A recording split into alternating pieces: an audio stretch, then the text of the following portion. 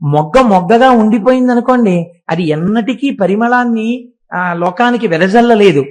ఒక్కొక్క వస్తువు కష్టములకు లోనైనప్పుడు మాత్రమే, ఇనుము అగ్నిహోత్రంతో పాటు కలిసి కాలిందనుకోండి, ఒంగి కిటికీగా మీకు పనికొస్తుంది. ఒక్కొక్క వస్తువు పరీక్షకి లొంగి తట్టుకున్నప్పుడే దాని యొక్క గొప్పతనం ప్రకాశిస్తుంది. కాబట్టి ఈశ్వరుడు ఆ కుటుంబాన్ని ప్రకాశింప చెయ్యాలనుకున్నాడు. ఇది మీరు గమనించాలి. తన భక్తులు ఏదో అలా పుట్టి అలా వెళ్ళిపోవడం ఆయనకి ఇష్టం ఉండదు. అలా శాశ్వతంగా వాళ్ళ గురించి లోకమంతా ఎన్ని తరాల తర్వాత చెప్పుకుంటుంటే తాను పొంగిపోతాడు. తన పేరు ఈశ్వరుడు ఎన్నడూ చూసుకోడండి, తనని నమ్ముకున్న వాళ్ళ పేరు ప్రకాశింపచేస్తాడు. అందుకు కదూ శ్రీకాళహస్తిలో తాను కింద కూర్చుని కొండ మీద కన్నప్పని కూర్చోబెట్టాడు. భక్తుల ఎడల అంత ఉదారుడై ఉంటాడు భగవంతుడు. అది విష్ణు స్వరూపం కానివ్వండి, శివస్వరూపం కానివ్వండి, ఉన్నదొక్కటే పదార్థం. ఏ స్వరూపంతోనైనా భక్తులను అలాగే అనుగ్రహిస్తుంది. ఇవాల్టి ఉపన్యాసాన్ని ప్రారంభం చేసే ముందు మీతో ఒక ముఖ్యమైనటువంటి విషయాన్ని పంచుకోవాలి అని అనుకుంటున్నాను.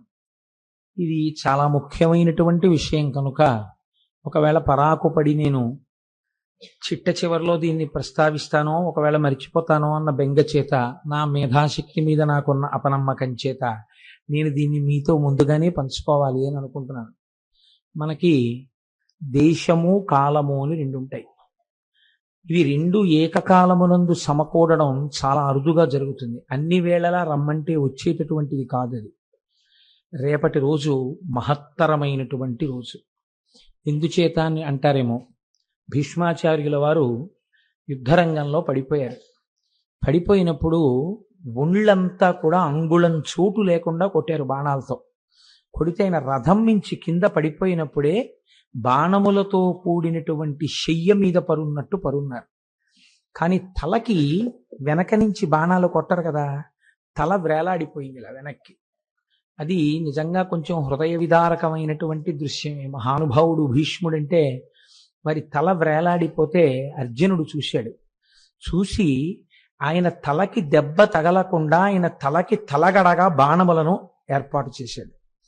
చేస్తే భీష్ముడు అర్జునుడిని పిలిచి అన్నాడు, ఈ పని నువ్వు చేసి ఉండకపోతే నీ మీద నేను శాపవాక్యాన్ని ప్రయోగించి ఉండేవాణ్ణి అన్నాడు. అంతటి మహానుభావుడైనటువంటి భీష్ముడు పంచప్రాణములు అని ఉంటాయి, ప్రాణ అపాన వ్యాన ఉదాన సమానములు అని. అటువంటి వాటిని మకర సంక్రమణం వెళ్ళిపోయిన తరువాత సూర్యుని రథం ఉత్తర దిక్కుకు తిరుగుతుంది. అంటే ఇవాల్టి రోజు రథసప్తమి. అందుకే మనం జిల్లేడాకులు రేగుపండు తల మీద పెట్టుకుని స్నానం చేస్తాం. అలా ఎందుకు పెట్టుకోవాలి అంటే పెద్దలు చాలా గొప్ప గొప్ప విషయాలన్నింటినీ కూడా అందులో నిక్షేపించారు. మనం తలస్నానం ఇప్పుడు మళ్ళీ అందులోకి పెడితే అదొక పెద్ద విషయం అయిపోతుంది. తలస్నానం చేస్తాం. ఈ రథసప్తమి నాడు ఆయన మొట్టమొదటి ప్రాణాన్ని ఉపసంహారం చేశారు అంటారు. అందుకని లేదా యోగ విద్యతో బొటనవేలి దగ్గర నుంచి ప్రాణాలని వెనక్కి తీయడం ప్రారంభం చేసినట్టు కాదు. తర్పణ ఇవ్వాలంటే ఒక ప్రాణం వదిలిపెట్టేయాలి. కాబట్టి రథసప్తమి నాడు మొట్టమొదటి ప్రాణాన్ని విడిచిపెట్టారు. కాబట్టి అష్టమి తిథి నాడు, భీష్మాష్టమి నాడు మనుష్య జాతిలో మనుష్యుడిగా పుట్టినటువంటి ఎవరైనా సరే భీష్మాచార్యుల వారికి తర్పణ ఇవ్వవలసిందే.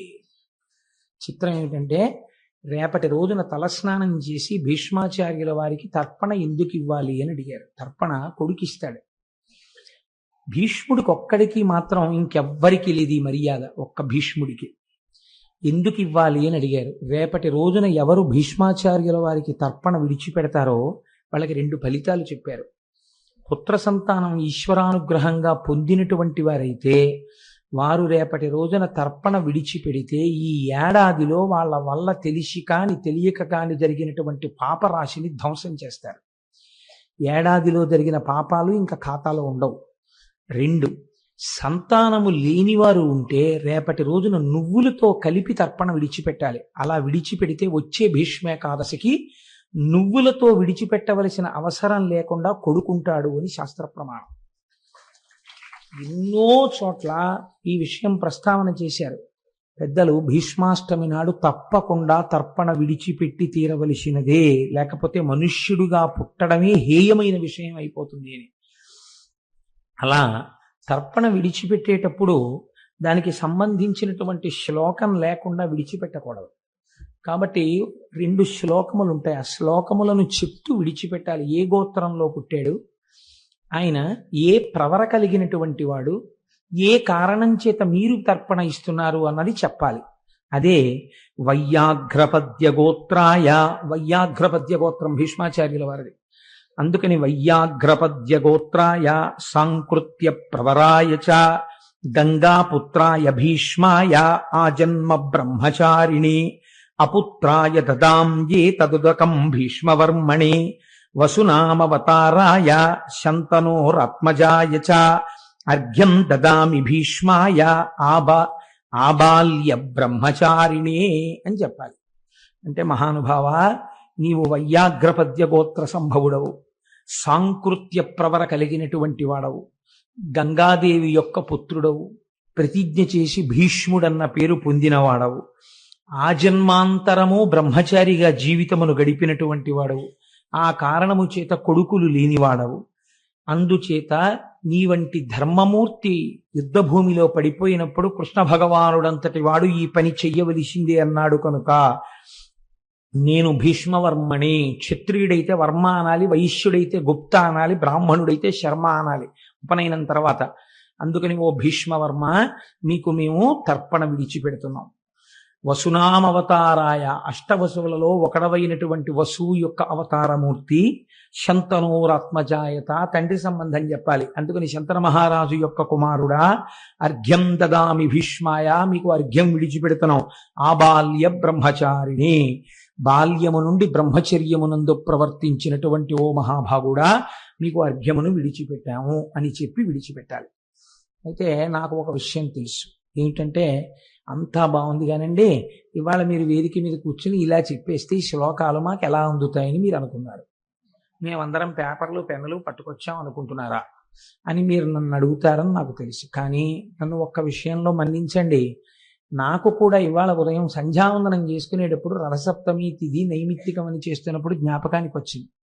అయ్యో పాపం, ఇంతమంది నన్ను నమ్మి అంత శ్రద్ధగా కూర్చుంటారే, వాళ్ళకి ఈ విషయం తెలియని వాళ్ళు ఎవరైనా ఉంటే, అందరికీ తెలుసని నేను అనుకుంటున్నాను, నాకే తెలియదేమో, తెలియని వారు ఉంటే ఇది చెప్పకపోతే ఇంత గొప్ప రోజు గురించి నేను పొరపాటు చేసిన వాడిని అవుతాను అని చెప్పి నేను ప్రస్తావన చేశాను. అందుకని నాకు ఈ శ్లోకాల్ని సైక్లో స్టైల్ చేయించేటటువంటి అవకాశం కలగలేదు. కానీ నేను ఒక్క పని మాత్రం చేశాను. నాకు ప్రముఖ అంతేవాసి మా ముత్యాల సత్యనారాయణ లేచి నిలబడిన ఆయనను ఓసారి ఆయనకి నేను రాసి ఇచ్చాను ఈ శ్లోకాలు. మీరందరూ సభ అయిపోయిన తర్వాత రేపు మనం అర్ఘ్యం ఇద్దాం ఈ శ్లోకాలతో అనుకున్న వాళ్ళు అతన్ని పట్టుకుని అతని దగ్గర రాసుకోండి. కాబట్టి అతనికి నేను రాసి ఇచ్చాను. కానీ సభ జరుగుతూ ఉండగా ఇప్పుడు మాత్రం అది సర్క్యులేట్ చేయడం కానీ అది రాస్తున్నట్టు కానీ ఎక్కడైనా నాకు కనపడితే దానికి పూర్తి నైతిక బాధ్యత నీదే అయి ఉంటుంది సత్యనారాయణ. తెలిసిందా? అది ఈ గోపాలకృష్ణ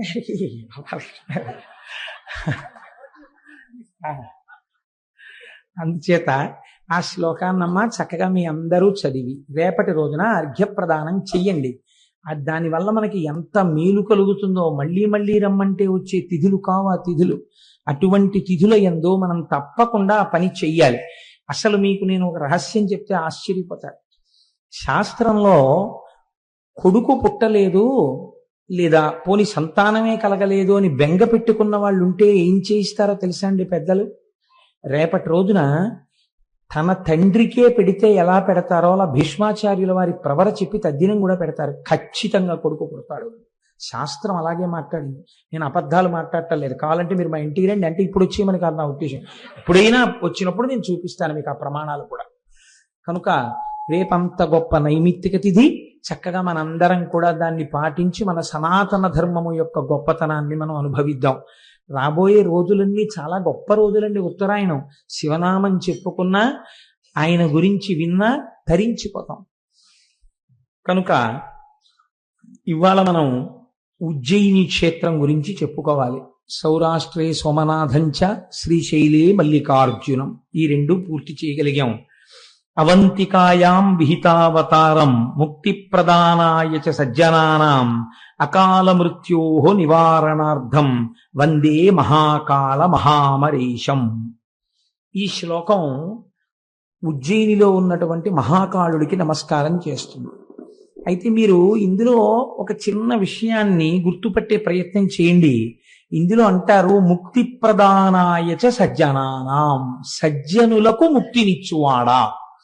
సజ్జనులకు ముక్తినిచ్చువాడా అన్న మాటకు అర్థమేమి? సజ్జనులు అంటే నేను ఉజ్జయిని వెళ్ళాను అనుకోండి, నేను సజ్జనుడనో కానో నాకు ఎలా తెలుస్తుంది? నా మటుకు నేను ఎప్పుడూ మంచివాడినే. నాకు అయ్యో నా అంత మంచివాడి దేశంలో ఎక్కడ ఉంటాడు, నేనే మంచివాడిని అనిపిస్తుంది, ఎదుటి వాళ్ళందరూ చెడ్డవాళ్ళు అనిపిస్తుంది కదా. మరి ఏమిటి సజ్జనుడు అన్న మాటకు అర్థం అసలు? అంటే మీరు ఇక్కడ కొంచెం ఒక విషయాన్ని జాగ్రత్తగా పసిగట్టే ప్రయత్నం చేయాలి. నేను దీనికి మీకు ఒక ఉదాహరణ చెప్తే మీరు తొందరగా పట్టుకోగలుగుతారు. ఒక ఆయనకి జ్వరం వచ్చింది. జ్వరం వస్తే డాక్టర్ గారి దగ్గరికి వెళ్ళాడు. డాక్టర్ గారు అన్నారు, నీకు ఫలానా కారణం చేత జ్వరం వచ్చింది, ఒక 3-4 రోజులు బాధపడవలసి ఉంటుంది, తగ్గిపోవడం కోసం మందులు రాస్తున్నాను, నువ్వు ఈ మందులు వాడు, ఈ మందులతో పాటుగా నువ్వు కొంత పథ్యం చెయ్యవలసి ఉంటుంది. ఏదో నువ్వు చద్దన్నం తినేయడం, వేడన్నం తినేయడం, కూరలు వేసుకుని అన్నం తినడం ఇలాంటివి పనికిరావు, రొట్టె పాలు తాగు అన్నారు. డాక్టర్ గారు ఇచ్చినటువంటి ఔషధం పథ్యం చెయ్యకుండా ఉంటే జ్వరాన్ని తగ్గించగలదా? ఆయన చెప్పినా కూడా పథ్యం చేయలేదు, జ్వరం తగ్గుతుందా? అదేం పెద్ద క్వశ్చన్ అండి, అలా చూస్తారు ఎందుకు? తగ్గుతుందా? తగ్గదు కదా. పథ్యం డాక్టర్ గారు మందు ఇచ్చినా ఆ మందు రోగం తగ్గించడానికే అయినా పథ్యం చేయకపోతే రోగము తగ్గదు కదా. భక్తి యందు పరమేశ్వరార్చన చేసేటటువంటి వాడికి సదాచారము తెలిసి ఉండవలే, శౌచము తెలిసి ఉండవలే, ఏదో స్నానం చెయ్యాలి, ఓ గుళ్ళోకి వెళ్ళాలి, ఇది తెలిసి ఉండాలి కదా. ఈ సదాచారము పథ్యం లాంటిది, భగవద్భక్తి ఔషధం లాంటిది. ఈ ఔషధం వేసుకుని ఈ పథ్యం తింటే, పథ్యాన్ని పాటిస్తే ఏమవుతుంది? భవరోగం అనేటటువంటి రోగం తగ్గుతుంది. కానీ లౌకికంగా బయట వచ్చే వ్యాధికి భగవత్ సంబంధంలో వచ్చేటటువంటి భవరోగానికి ఒక తేడా ఉంది. ఇక్కడ అమాయకత్వం చేత పథ్యం చేయడం ఒక వ్యక్తికి తెలియలేదు, ఆయనకి ఆచారం తెలియదు, శౌచం తెలియదు. తెలిసి మానినవాడు కాదు, అసలు తెలియదు ఆయనకి. తిన్నడు ఉన్నాడండి, ఆయనకి ఏం తెలుసు? గజేంద్రుడు ఉన్నాడండి, ఆయన నీళ్ల మధ్యలో ఉండి శరణాగతి చేశాడు, ఆయనకి ఏం తెలుసు? అసలు తెలియదు. కానీ గుండెల నిండా భక్తి ఉంది. ఇప్పుడు ఆ భక్తి పనికొస్తుందా? శౌచం లేని భక్తి పనికొస్తుంది? ఒకడు ఉన్నాడు, సదాచారం తెలుసు, కానీ సదాచారమును విడిచిపెట్టి భక్తితో ఉంటాడు, పనికొస్తాడా? పనికిరాదు.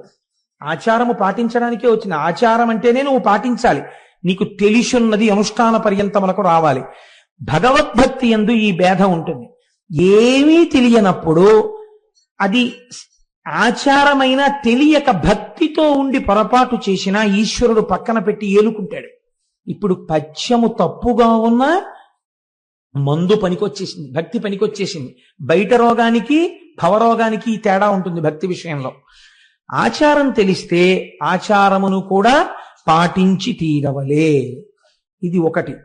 ఈ విషయాన్ని మీరు దృష్టిలో పెట్టుకున్నప్పుడు మహాకాల దర్శనమునందు సజ్జనానాం అన్న మాట ఎందుకు వాడారో గుర్తిరిగి ప్రవర్తించవలే. అందుకే మహాకాళుడన్న మాట కామాన్ని పోగొట్టేటటువంటి వాడు అన్నమాట. కాలారి కామారి 2 మాటలు వాడతారు పరమశివుడికి. కాలారిగా మీకు అనుగ్రహం కావాలన్నా, కామారిగా అనుగ్రహం కావాలన్నా మీకున్న స్థాయిలో మీరు అనుష్ఠానమునకు తెచ్చుకుని మాత్రమే ఈశ్వరుడు యందు ప్రవర్తించవలే. అక్కడ మీ ఇష్టం వచ్చినట్టు ప్రవర్తిస్తానంటే మాత్రం కుదరదు. నిన్నటి రోజున శ్రీశైల మల్లికార్జునుడి విషయంలో మీరు వెళ్ళి ధూళి దర్శనం చేసుకుంటే ఆయన పొంగిపోయాడు. ఈ మాట అనడం వెనకాతల ఉన్న రహస్యం ఇది. ఉజ్జయిని ఎందుకు అలా వెడుతుందో ఇప్పుడు మీరు అవతరించండి. ఆ కోణంలో మీరు పరిశీలన చెయ్యనప్పుడు, మీరు ఉత్తరోత్తర క్షేత్రానికి వెళ్ళినప్పుడు మీకు అసలు ఆ క్షేత్ర దర్శనమునందు ఈ కోణం ఉంటుందన్న విషయం అవగతము కాదు. అందుకని నేను అలా తీసుకొచ్చే ప్రయత్నం చేశాను. అవంతి అని పూర్వకాలంలో ఉజ్జయినికి పేరు. అవంతి అంటే ఏంటి? అవంతి అంటే 2 అర్థాలు ఉన్నాయి. ఒకటి స్త్రీ, 2 అక్క. అక్క అని చెప్పవలసి వచ్చినప్పుడు అవంతి అని చెప్పచ్చు. ఒక స్త్రీని చెప్పినప్పుడు అవంతి అని చెప్పవచ్చు. అవంతి సాక్షాత్తుగా జగదంబ అయినటువంటి అమ్మవారి యొక్క స్వరూపము. ఆ భూమి మనకి మోక్షపురులు అని కొన్ని ఉన్నాయి. వాటిల్లో 7 మోక్ష పట్టణాలు అని మనం చెప్తాం. దక్షిణ భారతదేశంలో అయితే ఒకే ఒక్కటి ఉంది, కంచి. మిగిలినటువంటి 6 కూడా ఉత్తర భారతదేశంలోనే ఉన్నాయి. అయోధ్య, మధుర, మాయా, కాశీ, కాంచీ, అవంతిక, పురి, ద్వారవతి చైవ సప్తైతే మోక్షదాయక. ఈ 7 కూడా మోక్షపురములు. ఇందులో 6 పురములు ఉత్తర భారతదేశంలో ఉన్నాయి. మళ్ళీ ఈ 6 పురములలో జగద్విఖ్యాతిగాంచినటువంటి పట్టణము అవంతి, ఉజ్జయిని. ఈ ఉజ్జయిన్ ఒక పక్కన మహాకాళుడి చేత ఎంత ప్రసిద్ధి పొందిందో మహాకాళి చేత అంత ప్రసిద్ధి పొందింది. అది చిత్రం. ఇద్దరి చేత అంతే ప్రసిద్ధిని పొందింది. సౌందర్యలహరిలో శంకరాచార్యులు వారైతే ఈ పట్టణాలన్నింటినీ అమ్మవారి కళ్ళల్లో దర్శనం చేశారు. విశాలా కళ్యాణి స్ఫుటరచిరయోధ్యా కువలయై కృపాధారాధారా కిమపి మధురా భోగవతిక అవంతి సృష్టిస్తే బహునగర విస్తార విజయ ధ్రువం తత్తన్నామవ్యవహరణ యోగ్యా విజయతే అన్నారు. కృపాధారాధార అని పిలిచారు. ధారానగరం, ధారానగరం అని దాని రాజధానికి పేరుండేది. భోజరాజు గారు పరిపాలించాడు. భోజకాళిదాసుల కథలు మీకు తెలిసే ఉంటాయి, మహానుభావుడైన. అటువంటి ఉజ్జయిని యందు మహాకాళుడిగా పరమశివుడు వెలిసి ఉన్నాడు, మహాకాళిగా అమ్మవారు వెలిసి ఉంది. ఈ 2 పేర్లు చాలా గమ్మత్తుగా ఉంటాయి. ఈ రెండింటి యొక్క స్వరూపం ఏమిటో తెలుసా అండి? కాల అన్న శబ్దము లయకారకమై ఉంటుంది. పుట్టించడం ఎలా ఉంటుందో తినేయడం కూడా అలాగే తినేస్తుంది. అందుకే భగవద్గీతలో పరమాత్మ అంటారు, నేను కాలస్వరూపుడనై ఈ జగత్తును భక్షించుచున్నాను అంటారు. నిన్న కనపడిన వస్తువు ఇవాళ కనపడలేదనుకోండి, దానికి మీరు ఇవాల్టి తేదీని మరణ తేదీగా వేశారు అని గుర్తు. కాలములో వచ్చిన వస్తువు కాలములో వెళ్ళిపోతుంటుంది. కాలమే గ్రసించేస్తుంది ప్రాణులనన్నింటినీ. అటువంటి కాలము స్త్రీ స్వరూపంలో చెప్పబడినప్పుడు కాళిక. అందుకే మూర్తి ఉగ్రముగా కనపడుతుంది మీకు.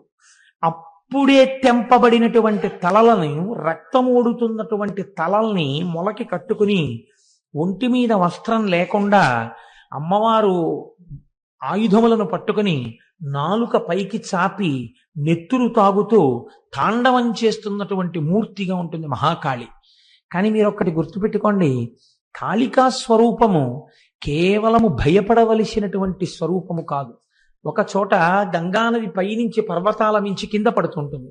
అంత మాత్రం చేత మీరు స్నానం చేయలేరు కాబట్టి అది గంగ కాదని మీరు అనగలరా? మీరు స్నానం చెయ్యలేరని చెప్పండి అంతే. అంతేగాని అది గంగ కాదని మీరు అనకండి, అది గంగే. మీరు ఉపాసన చేయడానికి మీ మనసు ఆ మూర్తిని తట్టుకోలేదని చెప్పండి అంతే. మీకు ఉపాసనా బలం లేదు అటువంటి మూర్తిని చేయడానికి.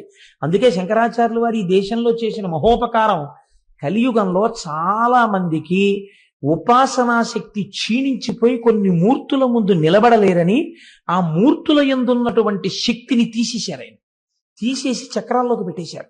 జంబుకేశ్వరంలో అయితే చాలా చిత్రం చేశారు. ఆయన తీసేసి అమ్మవారి తాటంకాలకి శ్రీచక్రాలు వేసి అందులో పెట్టేశారు. శంకరాచార్యులు వారు చేసినటువంటి ఉపకారం ఈ దేశంలో ఎవరు చేయగలరండి? అంతటి మహోపకారం చేసిన జగద్గురువులు వారు. కనుక ఆ మహాకాళీ స్వరూపం కూడా యుద్ధ భూమిలో తెగటారుస్తూ ఉంటుంది, అంటే పడగొడుతుంది. ఇంతటి తల్లి అయినా ఆవిడకి ఒక్కటి తెలుసు, మీరు చాలా జాగ్రత్తగా గమనించాలి. పరమశివుడు యుద్ధ భూమిలో పడిపోతే ఆగిపోయి ఉంటుంది ఆవిడ తాండవం. దాని అర్థం ఏమిటో తెలుసా అండి? మహాకాళి విజృంభిస్తే ఎలాగ ఆపాలి అన్నది ఎవ్వరికీ తెలియలేదు. తెలియకపోతే పరమశివుణ్ణి ప్రార్థన చేశారు, నువ్వే ఆపాలయా ఆవిడ్ని అని. శంకరుడు వెళ్ళి యుద్ధ భూమిలో పడుకున్నాడు. పడుకుంటే ఆవిడ తాండవం చేస్తూ తొక్కింది శంకరుణ్ణి. తొక్కగానే స్పర్శ చేత తెలుసుకుంది తన భర్త అని. ఆగిపోయింది. ఎంతటి అపచారం! నా కాల ఆయనకి తగిలిందని ఆగిపోయింది. ఆవిడ ఆ స్థితిలో కూడా మహాపతివ్రత, మహాకాళి.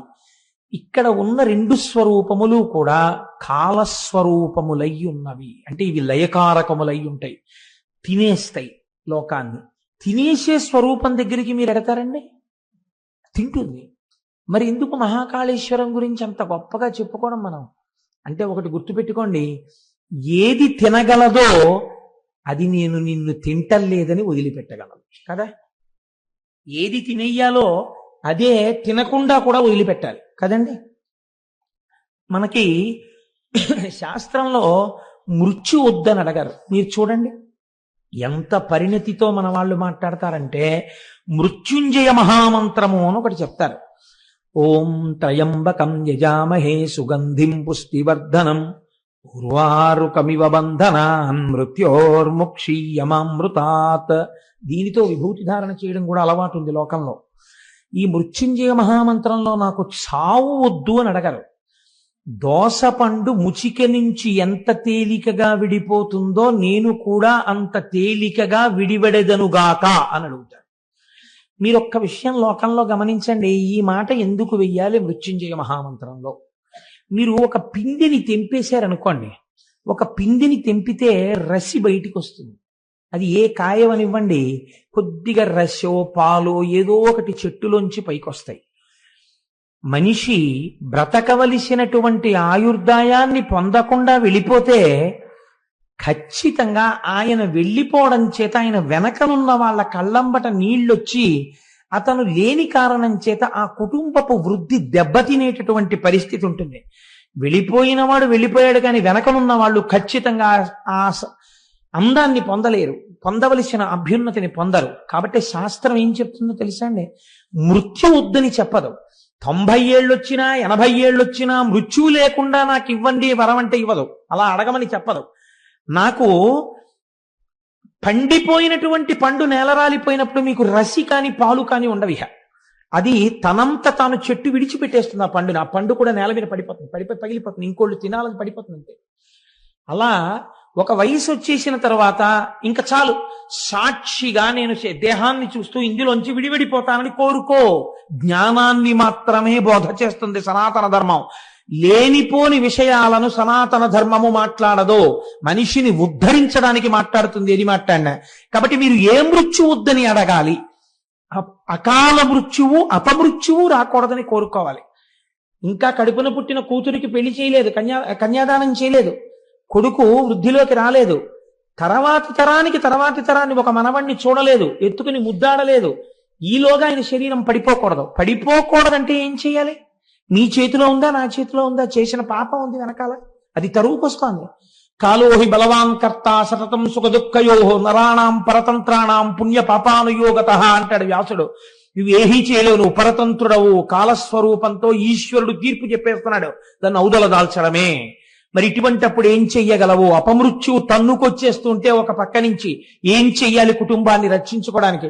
వస్తుందో రాదో కూడా నీకు తెలియదు జాతకంలో. వచ్చిన తర్వాత నువ్వు చేయగలిగింది లేదు, ఏం చెయ్యాలి? అందుకే మనం ఏ దేవాలయానికి వెళ్ళండి, తీర్థం ఇస్తే ఓ మాట చెప్తారు, అకాల మృత్యుహరణం సర్వవ్యాధి నివారణం సమస్త పాపక్షయకరం శ్రీ ఉమామహేశ్వర లేదా లక్ష్మీనారాయణ పాదోదకం పావనం శుభం అని ఇస్తారు.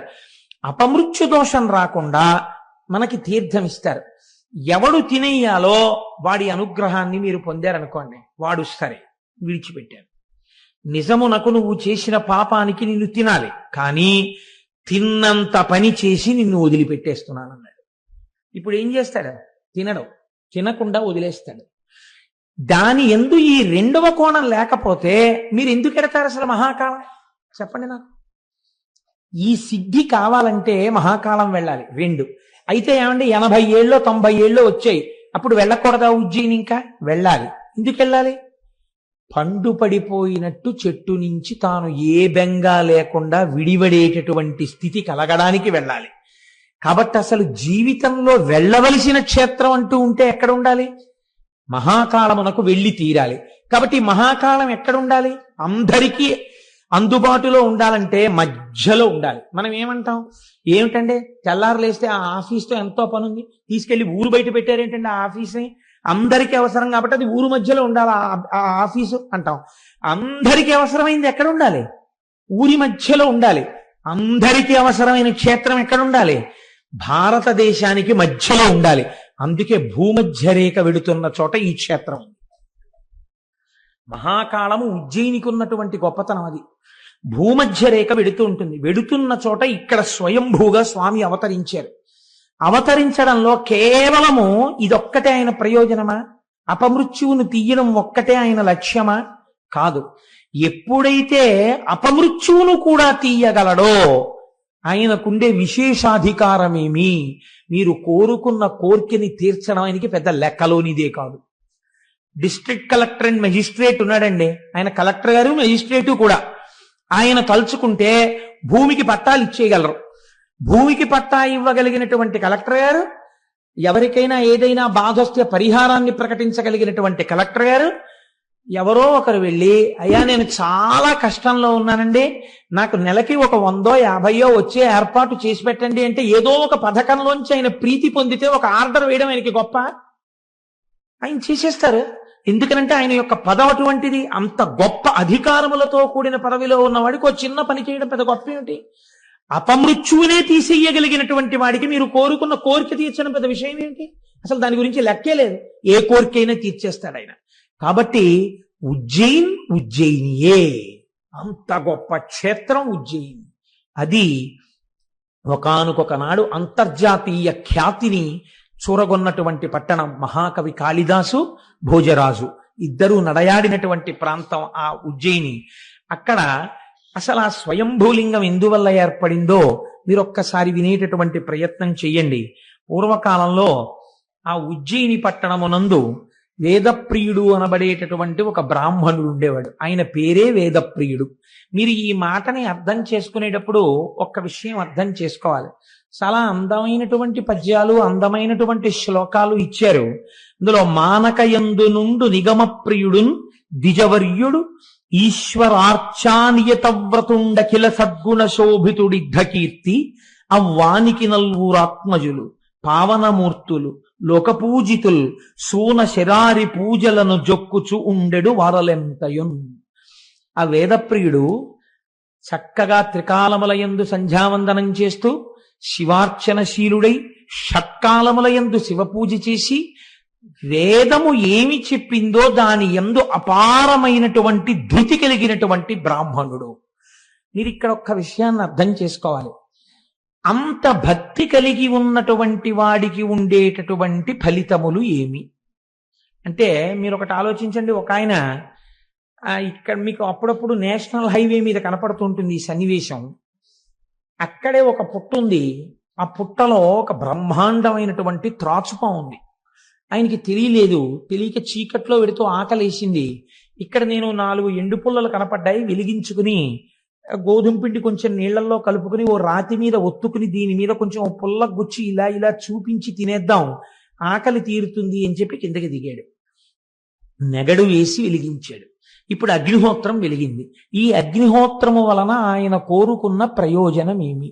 ఆయన ఏం కోరుకున్నాడు? చపాతీ ఇలా ఇలా తిప్పుకుని కొంచెం వేడెక్కిన తర్వాత కాస్త కాల్తే తిని వెళ్ళిపోదాం, క్షుద్బాధ తీర్చుకోవచ్చు, ఆకలి తీరుతుంది. పూరీ పిండి డబ్బా ఉంది లారీలో, ఆ గోధుమ పిండి తీసి నీళ్లు కలుపుకుని ఒత్తేసుకున్నాడు. ఓ పుల్ల గుచ్చి అగ్నిహోత్రంలో ఇలా ఇలా చూపించాడు. ఆ లోపలే క్యాబిన్లో ఆవకాయ సీసా ఉంది, కాస్త ఆవకాయ ముంచుకు తిందామని పెట్టాడు. మంచి శీతాకాలం, బయట చలిగా ఉంది, ఈ నెగడు వెలుగుతోంది. ఆయన వెలిగించిన అగ్నిహోత్రమునకు మొదటి ప్రయోజనము చపాతీ కాల్చుకొనుట, అదే దాని ప్రయోజనం. కానీ బయట చల్లగా ఉన్న వాతావరణంలో ఆయనకి ఇప్పుడు వెచ్చటి సెగ తగులుతోంది. ఇది అనుషంగిక ప్రయోజనము. మీరు అడగకపోయినా ప్రయోజనాన్ని అగ్నిహోత్రం ఇచ్చేస్తుంది కదండి. నాకు అక్కర్లేదండి, ఎందుకంటే చలిగా ఉన్నా కూడా బయట నేనేమి వేడి కోరుకోలేదు, నా చపాతీ కాలిపోతే చాలందంటే అదేం విందో, అది ఇస్తుంది అంతే, దాని ధర్మం అది. 3, మీకు చుట్టుపక్కల పరిసరాల్లో ఎక్కడ ఏమున్నాయి అన్నది మీకు స్పష్టంగా కనపడుతుంటుంది. ఎందుకని? అగ్నిహోత్రమునందు ప్రకాశం ఉన్నది. ఆ ప్రకాశము చేత అది వెలిగినటువంటి దగ్గర చాలా దూరం చీకటి ఉండదు, వెలుతురు ఉంటుంది. నాకు ఎందుకంటే చక్క చీకట్లో కూర్చుందాం అనుకున్నాను, ఎందుకు ఈ వెలుతురు? అగ్నిహోత్రం ఇవ్వకూడదంటే అది ఆగదు, వెలుతురు ఇచ్చేస్తుంది. 4, అక్కడే తిరుగుతున్నటువంటి త్రాచుపాము నేను ఉన్న దగ్గరలో, నా పుట్ట దగ్గరలో వీడు అగ్నిహోత్రపు సెగ పెట్టాడు అని చెప్పి బుసలు కొడుతోంది, కానీ దగ్గరకు రాలేదు. ఎందుకు రాలేదు? అగ్నిహోత్రం వెలుగుతుండగా దానికి భయం, అందుకని అది రాదు. ఇప్పుడు అసలు ఒక పాము మీ దగ్గరికి రాలేకపోతోంది, మీరు రక్షింపబడుతున్నారన్న విషయం కూడా మీకు తెలియదు. మీకు రక్షణ అగ్నిహోత్రం ఇచ్చేస్తోంది. మీకు తెలియాలా ఈ విషయం? మీకు తెలియక్కర్లేదు. లేకపోతే ఎక్కడో దూరంగా ఓ పెద్ద పులి చూసింది కానీ రాలేదు, నెగడు చూసి వెనక్కి తిరిగి వెళ్ళిపోయింది. ఇన్ని ప్రయోజనముల మధ్యలో మీరు మీ చపాతీ కాల్చుకు తినేసి లారీ ఎక్కి వెళ్ళిపోయారు. ఇన్ని ప్రయోజనములు కూడా దానితో పాటు వచ్చాయని మీకు ఎరుక లేదు. అలాగే వేదమును నమ్మి భగవంతుణ్ణి నమ్మి ఎవడు జీవితాన్ని అనుష్ఠానంలోకి తెచ్చుకుంటున్నాడో వాడికి ఏవి కావాలో అవి ఈశ్వరుడు వడ్డించేస్తుంటాడు. వాడు ఏడిస్తే ఇంక నేనుండి ప్రయోజనం ఏమిటి? వాడు నా కొరకు రక్షింపవలయు వాడు అని ప్రతిజ్ఞ చేశాడు ఆయన. వాడే ఏడిస్తే నేను ఉన్నానని లోకాన్ని నమ్మలు అవసరమన్నాడు. అందుకని నేనున్నానని గుర్తించడానికి నేను అటువంటి వాడిని రక్షించుకోవాలి, వాడి కోసం కాదు నా కోసం రక్షించాలి వాడిని అన్నాడు ఆయన. కాబట్టి ఇప్పుడు ఈశ్వరుడు ఏం చేయాలి? రక్షించాలి వాడిని. ఏమిటి రక్షణ అంటే ఆయన ఏం అడగక్కర్లేదు, ఆయనకి ఏం కావాలో అది ఆయన ఇస్తూ ఉండాలి. కాబట్టి ఏమి ఇచ్చాడు వేదప్రియుడికి? 4 కుమారుల్ని ఇచ్చాడు. 4 కుమారుల్ని ఇస్తే ఒకడు పనికి మాలిన వాడు కాడు. అందులో 4 సుగుణోపేతులే. తండ్రి గారు ఎంత ధర్మానుష్ఠానపరుడో కొడుకులు కూడా అంతటి ధర్మానుష్ఠానపరులే. అందుకని ఆత్మజులు, తండ్రి మురిసిపోయేటటువంటి కొడుకులు. 4 కొడుకులు చక్కగా వాళ్ళు రోజు త్రికాల సంధ్యావందనం, షట్కాల శివార్చన, ఒక్క అబద్ధం చెప్పకపోవడం, తండ్రి గారిని దైవంలా చూడడం, తండ్రి గారితో కలిసి పూజలు చేసుకోవడం, దొరికిన దానితో తృప్తిగా జీవించడం, అంత హాయిగా వాళ్ళ జీవితాలు వెళ్ళిపోతున్నాయి. కాబట్టి ఇప్పుడు ఏమైంది? భగవంతుణ్ణి నమ్మిన వాడికి అనుషంగిక ప్రయోజనములు కూడా వెళ్ళిపోతున్నాయి. ఈశ్వరుడు ముందే ఆలోచన చేస్తాడు. వీడు ఒకానొక సందర్భములో వీడు ఒకరి దగ్గరికి వెళ్ళి చెయ్యి చాపవలసి వస్తుందేమో, వీడు కొంచెం బెంగ పెట్టుకోవలసిన రోజు వస్తుందేమో, రాకుండానే ఆయన ఏర్పాటు చేసేస్తాడు. ఎందుకు చేసేస్తాడు? తన భక్తుడు బెంగెట్టుకోకూడదు, బెంగెట్టుకోకుండా అడ్డుకుంటాడంతే. ఎవరి రూపంలోనో వచ్చి అడ్డుకుని రక్షిస్తాడు. ఇది ఈశ్వరార్చనా కళాశీలుల యందు ప్రకాశించేటటువంటి రక్షణ. కాబట్టి ఇప్పుడు ఆయనకి 4 కొడుకులు పావనమూర్తులు చక్కగా ఈశ్వరార్చన చేస్తున్నారు. ఈ 4కి పేర్లు పెట్టుకున్నాడు. పేర్లు పెట్టుకోవడంలో ఆయన ఎంత సంస్కారవంతుడో మీరు గమనించాలి. ఇంట్లో ఉన్న పిల్లల యొక్క పేర్లు పిలుస్తున్నప్పుడు ఇంటి యజమాని యొక్క సంస్కారం బయటికి వచ్చేస్తుంది. చట్ ఫట్ ఠప్ అనేవో పేర్లు ఉన్నాయనుకోండి, దిక్కుమాలిన పేర్లు, వీడి వ్యగ్రత బయటపడుతుంది. ఆ పెట్టుకున్నటువంటి పేర్లు అందంగా ఉన్నాయనుకోండి, చూసేటప్పటికి మనకు పొంగు వస్తుంది. అబ్బా ఎంత గొప్ప పేర్లు రా ఇవి అనిపిస్తుంది. చూడండి, అందుకని ఆయన పెద్ద కొడుక్కి దేవప్రియుడు అని పేరు పెట్టుకున్నాడు. రెండో వాడికి ప్రియమేధుడు అని పెట్టుకున్నాడు. మూడో వారికి సుకృతుడు అని పెట్టుకున్నాడు. 4 ఆయనకి సువ్రతుడు అని పెట్టుకున్నాడు. ఎంత చక్కటి పేర్లు చూడండి. పురాణ పరిశీలనమునందు మనం జీవితంలో నేర్చుకోవలసిన విషయాలు అనేకం ఉంటాయి. లేక కొడుకులు పుట్టినటువంటి దశరథ మహారాజు గారు పేర్లు పెట్టేటప్పుడు కౌసల్య, సుమిత్ర, కైకేయి, సుమంత్రుడు కూర్చుని ఎవరో రాసినటువంటి పేర్ల పుస్తకం వాడు తెచ్చుకుని దిక్కుమాలిన పేర్లన్నీ సెలెక్ట్ చేయలేదు. వశిష్ఠుడికి అప్పచెప్పాడు ఏ పేరు పెట్టాలో. వశిష్ఠుడు పెట్టాడు కాబట్టి రామనామం ఆనాటి నుంచి ఈనాటి వరకు మిమ్మల్ని నన్ను తరింప చేస్తోంది. వశిష్ఠుడు పెట్టకుండా దశరథుడు కూడా పట్ట పెట్టుంటే మన బతుకులు పాట అయిపోవడం కదండి. ఆ పెట్టిన పేరు ఎంత ఉద్ధరించిందో చూడండి. పేరు పెట్టుకోవడం వంశాన్ని తరింప చేసేస్తుంది. పేరు పెట్టి పిలిచిననైనా విశ్రామ కేళినైనా మిగుల గేలినైనా అంటారు పోతన గారు భాగవతంలో. తెలిసో తెలియకో యథాలాపంగా రోజు కొడుకని పిలిచినా సరే ఆత్మ ప్రలపించు నారాయణాయతంచు అజామిలుడు మోక్షాన్ని పొందలా. కాబట్టి పేరంత గొప్పది కనుక చక్కగా 4కి 4 కొడుకుల పేర్లు పెట్టుకున్నాడు. పెట్టుకున్నారా పిల్లలు పైకొచ్చారు. వేదప్రియుడు ఏమయ్యాడు? ఇక చెప్పక్కర్లేదు దాని గురించి. ఇంత జ్ఞానం కలిగిన వాడు ఒక వయస్సు వచ్చిన తర్వాత 4 పిల్లలు చక్కగా యోగ్యులై ఉన్నారు. మనస్సుని భగవంతుని యందు పెట్టాడు, భగవంతుని యందు లీనమైపోయాడు. అంటే ఆద్యంతము ఏ వస్తువుని పట్టుకోవాలో ఆ వస్తువుని పట్టుకున్నవాడు ధరించడం వరకు కూడా ఎవరు చూసుకున్నాడు? ఈశ్వరుడు చూసుకున్నాడు. కాబట్టి ఇప్పుడు ఆయన బిడ్డలు ఆయన లాంటి వాళ్ళే. కాబట్టి వాళ్ళు కూడా పరమశివుణ్ణే నమ్ముకుని జీవనం గడుపుతున్నారు. ఇక్కడ వరకు చాలా బాగుంది ఈ విషయం. కానీ పక్కనే పర్వత శిఖరాలలో రాక్షసుడు బయలుదేరాడు. బంగారం కూడా పుటం వేస్తేనే కదండి ప్రకాశిస్తుంది. ఏదైనా సరే కష్టం వచ్చినప్పుడే, పరీక్షకి నిలబడినప్పుడే వాటి వ్యక్తిత్వములు ప్రకాశించి నిలబడతాయి. బంగారాన్ని కరిగించలేదనుకోండి, అసలు ఆ తప్తము కాకపోతే అవన్నీ రాదు. ధనస్సు వంగలేదనుకోండి, ఎదుటివాడి మీద లక్ష్యంగా బాణప్రయోగం చేయడం కుదరదు. మొగ్గగా ఉండిపోయిందనుకోండి, అది ఎన్నటికీ పరిమళాన్ని లోకానికి వెదజల్లలేదు. ఒక్కొక్క వస్తువు కష్టములకు లోనైనప్పుడు మాత్రమే ఇనుము అగ్నిహోత్రంతో పాటు కలిసి కాలిందనుకోండి, ఒంగి కిటికీగా మీకు పనికొస్తుంది. ఒక్కొక్క వస్తువు పరీక్షకి లొంగి తట్టుకున్నప్పుడే దాని యొక్క గొప్పతనం ప్రకాశిస్తుంది. కాబట్టి ఈశ్వరుడు ఆ కుటుంబాన్ని ప్రకాశింప చెయ్యాలనుకున్నాడు. ఇది మీరు గమనించాలి. తన భక్తులు ఏదో అలా పుట్టి అలా వెళ్ళిపోవడం ఆయనకి ఇష్టం ఉండదు. అలా శాశ్వతంగా వాళ్ళ గురించి లోకమంతా ఎన్ని తరాల తర్వాత చెప్పుకుంటుంటే తాను పొంగిపోతాడు. తన పేరు ఈశ్వరుడు ఎన్నడూ చూసుకోడండి, తనని నమ్ముకున్న వాళ్ళ పేరు ప్రకాశింపచేస్తాడు. అందుకు కదూ శ్రీకాళహస్తిలో తాను కింద కూర్చుని కొండ మీద కన్నప్పని కూర్చోబెట్టాడు. భక్తుల ఎడల అంత ఉదారుడై ఉంటాడు భగవంతుడు. అది విష్ణు స్వరూపం కానివ్వండి, శివస్వరూపం కానివ్వండి, ఉన్నదొక్కటే పదార్థం. ఏ స్వరూపంతోనైనా భక్తులను అలాగే అనుగ్రహిస్తుంది. కనుక ఈ దూషణుడనేటటువంటి రాక్షసుడు లోకమంతటా బాధలు పెడుతూ అందరినీ కూడా ఇబ్బంది పెడుతూ చిట్ట చివరికి వాడు ఎక్కడా ఎవ్వరూ ఈశ్వరార్చన చేయనటువంటి స్థితిని కల్పించి ఒక్క ఉజ్జయినిలో మాత్రం, అవంతి నగరంలో మాత్రం ఈ 4 పిల్లలు శివార్చన చేస్తున్నారు అని తెలుసుకున్నాడు. తెలుసుకుని వాళ్ళ దగ్గరికి వచ్చాడు. వచ్చి పెద్ద హడావిడి చేశాడు. మీరు శివలింగార్చన, వాళ్ళు రోజు పార్థివలింగాన్ని తీసుకొచ్చి పార్థివలింగానికి అర్చన చేసేవారు. ఈ పార్థివలింగానికి మీరు అర్చన చేయడం ఏమిటి? వీల్లేదు, మీరు నన్ను అర్చించాలి, నాకు పూజలు చెయ్యాలి. వీడెంతటి వాడు పశుపతి, ఇటువంటి వాళ్ళని ఎందరినో గెలిచాను నేను, మీరు విడిచిపెడతారా, నేను లింగాన్ని ధ్వంసం చెయ్యనా అని అడిగాడు. అడిగితే వాళ్ళు కనీసం కూడా బెదరకుండా తుచ్చుడు వీడి ప్రలాపాలు వింటూ కూర్చుంటే కొంత సమయం వృధా. హాయిగా మనం శంకరుణ్ణి నమ్ముకుని ఉందాం. శంకరుడి యొక్క రక్షణ యందు మనం ఉండగా మనకి భయం ఏమిటి అనుకున్నారట వాళ్ళు.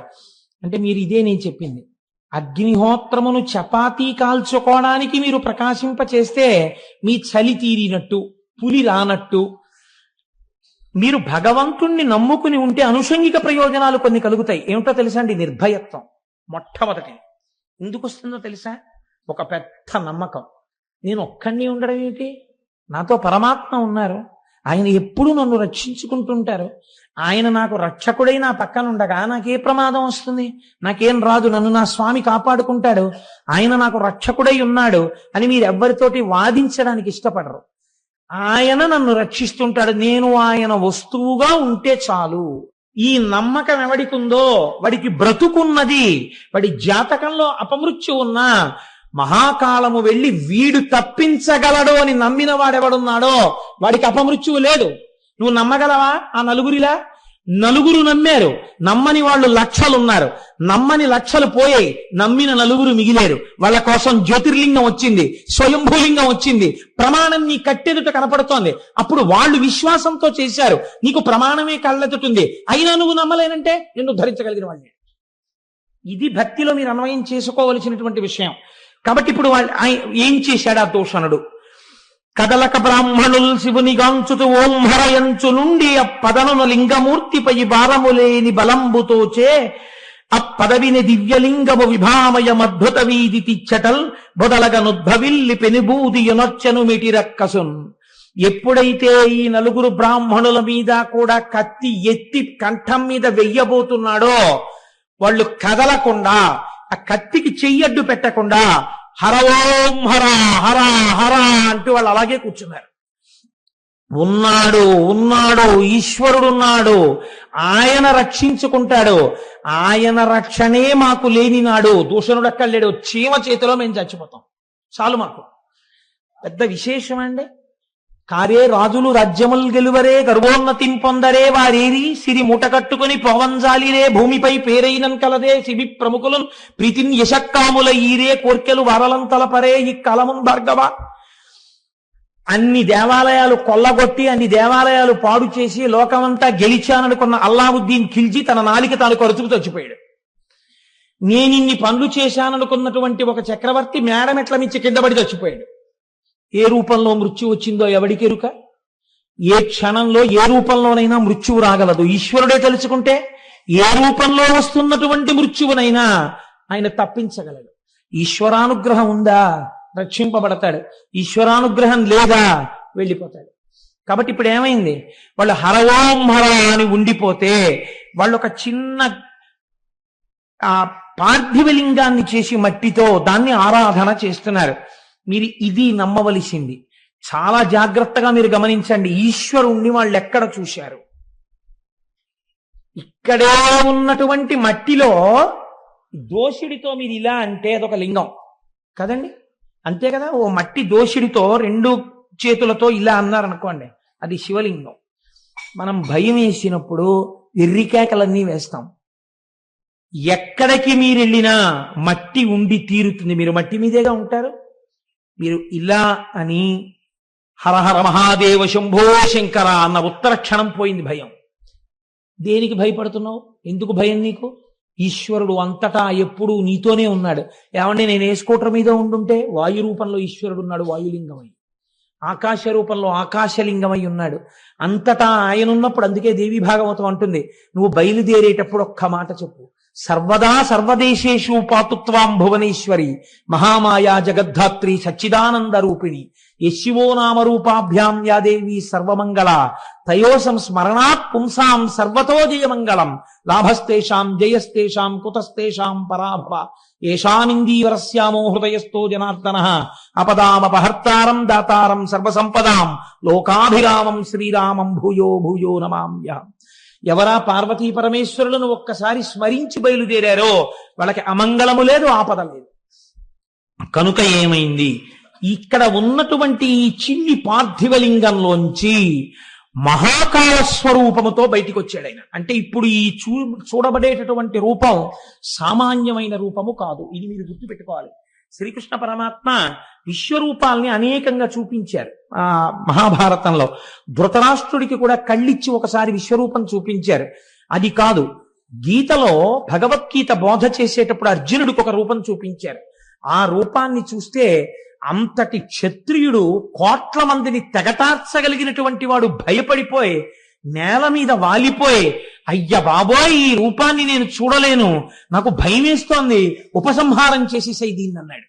ఈ రూపంతో భీష్మంచ ద్రోణంచ జయద్రథంచ వీళ్ళందరినీ నేను ఎప్పుడో తినేశాను, నువ్వు నిమిత్త మాత్రం భవ సవ్యసాచి, నువ్వెవడే చంపడానికి, చంపుతున్న వాడిని నేను, చూడు ఎలా చంపేస్తున్నాను అని చూపించాడు. విశ్వమంతటా ఎన్ని ప్రాణులను ఈ కాలరూపంతో తినేస్తున్నాడో చూపిస్తే సవ్యసాచి కురుక్షేత్ర యుద్ధంలో అంతమంది మొనగాళ్ళని పడగట్టినవాడు భయపడిపోయాడు. మీరెంత నేనెంత కాలస్వరూపం లింగ రూపములో బయటికి వస్తే అది ఇదే మార్కండేయ పురాణంలో యముణ్ణి కూడా తన్నింది, పడగొట్టింది. మృత్యువుకు మృత్యువై నిలబడింది, కాలమునకు కాలమై నిలబడింది, మహాకాలమై నిలబడింది. శివలింగంలోంచి ఆవిర్భవించాడు. ఎందుకంత కోపం? ఎప్పుడైనా వచ్చిందా అంత కోపం స్వామికి? తన భక్తులను చెనకడమా, ఇది ఆయన కోపం.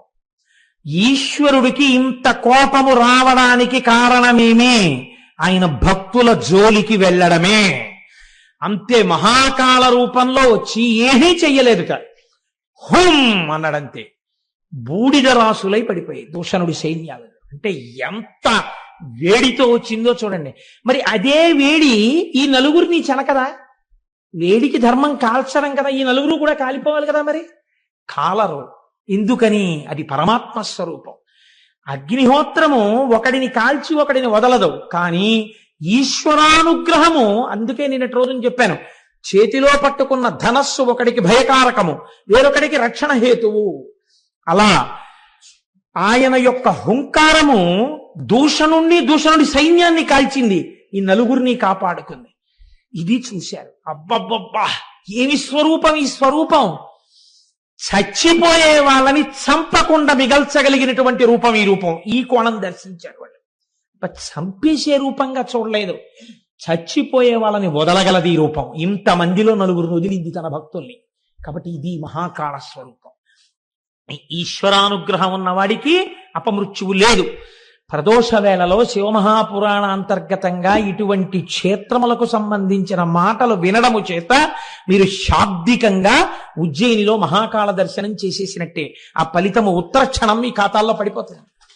కాబట్టి ఇప్పుడు ఏమైంది, ఆ స్వరూపాన్ని చూసి పొంగిపోయారు దేవతలు. కాల రూపంలో వెళ్ళడం మేము చూశాం, ఇప్పుడు అది సాకారమై నిలబడింది, ఇలా కనపడదు ఇప్పుడు. కాబట్టి వాళ్ళందరూ వచ్చి స్తోత్రం చేశారు, ఈశ్వరా ఈ రూపం మీరు ఇక్కడ లింగ రూపంలో వెలియండి. దేని కొరకో తెలుసా? పాపం ఎదరెదర వీళ్ళు నలుగురే కాదు, మిమ్మల్ని నమ్మిన వారు ఎందరో ఉంటారు. నేను మొట్టమొదట మీతో ఒక మాట విజ్ఞాపన చేయడానికి కారణం అదే. ఆచారము తెలిసి భక్తితో వెళ్ళేవాళ్ళు, ఆచారము తెలియక భక్తితో వెళ్ళేవాళ్ళు. కానీ ఇద్దరూ సజ్జనులే, కానీ తెలుసున్నది అనుష్ఠానములో మాత్రం పెట్టాలి. ఇటువంటి సజ్జనులు, నీ మీద పూనిక ఉన్నవాళ్ళు, ఉన్నాడని నమ్మిన వాళ్ళు ఎవరొస్తున్నారో వాళ్ళు కాలమునందు పడిపోకుండా చూడవలసినటువంటి బాధ్యత, అటువంటి అనుగ్రహ ప్రసరణము కొరకు నీవు ఇక్కడ స్వయంభూలింగంగా ఉండాలని అడిగారు. తప్పకుండా ఉంటానని ప్రసన్నమూర్తి అయి వెంటనే మహాకాళలింగముగా ఆవిర్భవించాడు. ఆ మహాకాళలింగమే ఉజ్జయినిలో 3 అంతస్తులుగా ఉంటాయి శివలింగాలు. కింద నుండేటటువంటిది మహాకాళలింగం, మధ్యలో ఓంకారలింగం, ఆ పైన నాగేంద్ర స్వరూపమైనటువంటి లింగం. 3 లింగాలుగా ఉంటుంది. ఈ కింద నుండేటటువంటి మహాకాళలింగాన్ని భక్తులు వెళ్లి దర్శనం చేసుకుంటూ ఉంటారు. ఈ ఉజ్జయినిలో ఉన్న శివలింగము దగ్గరే ఒక ఆశ్చర్యకరమైన సంఘటన జరిగింది. చంద్రసేనుడు అని ఒక మహారాజు గారు, ఆయన ఈ ఉజ్జయిని రాజ్యాన్ని పరిపాలిస్తున్నాడు. గొప్ప శివభక్తుడు, ప్రతిరోజు శివార్చన చేసేవాడు. ఈ శివార్చనకి మిచ్చి పరమశివుడికి అత్యంత సన్నిహితుడైనటువంటి మణిభద్రుడు అన్నాయన, మా స్వామిని కొలిచేటటువంటి వాడు వీడు అని ఆయనకు ఒక మణిని బహూకరించాడు. ఈ మణిని నువ్వు కంఠంలో పెట్టుకుంటే ఇది రాగి, ఇత్తడి, ఇనుము దేన్ని తగిలినా బంగారంగా మారిపోతుంది.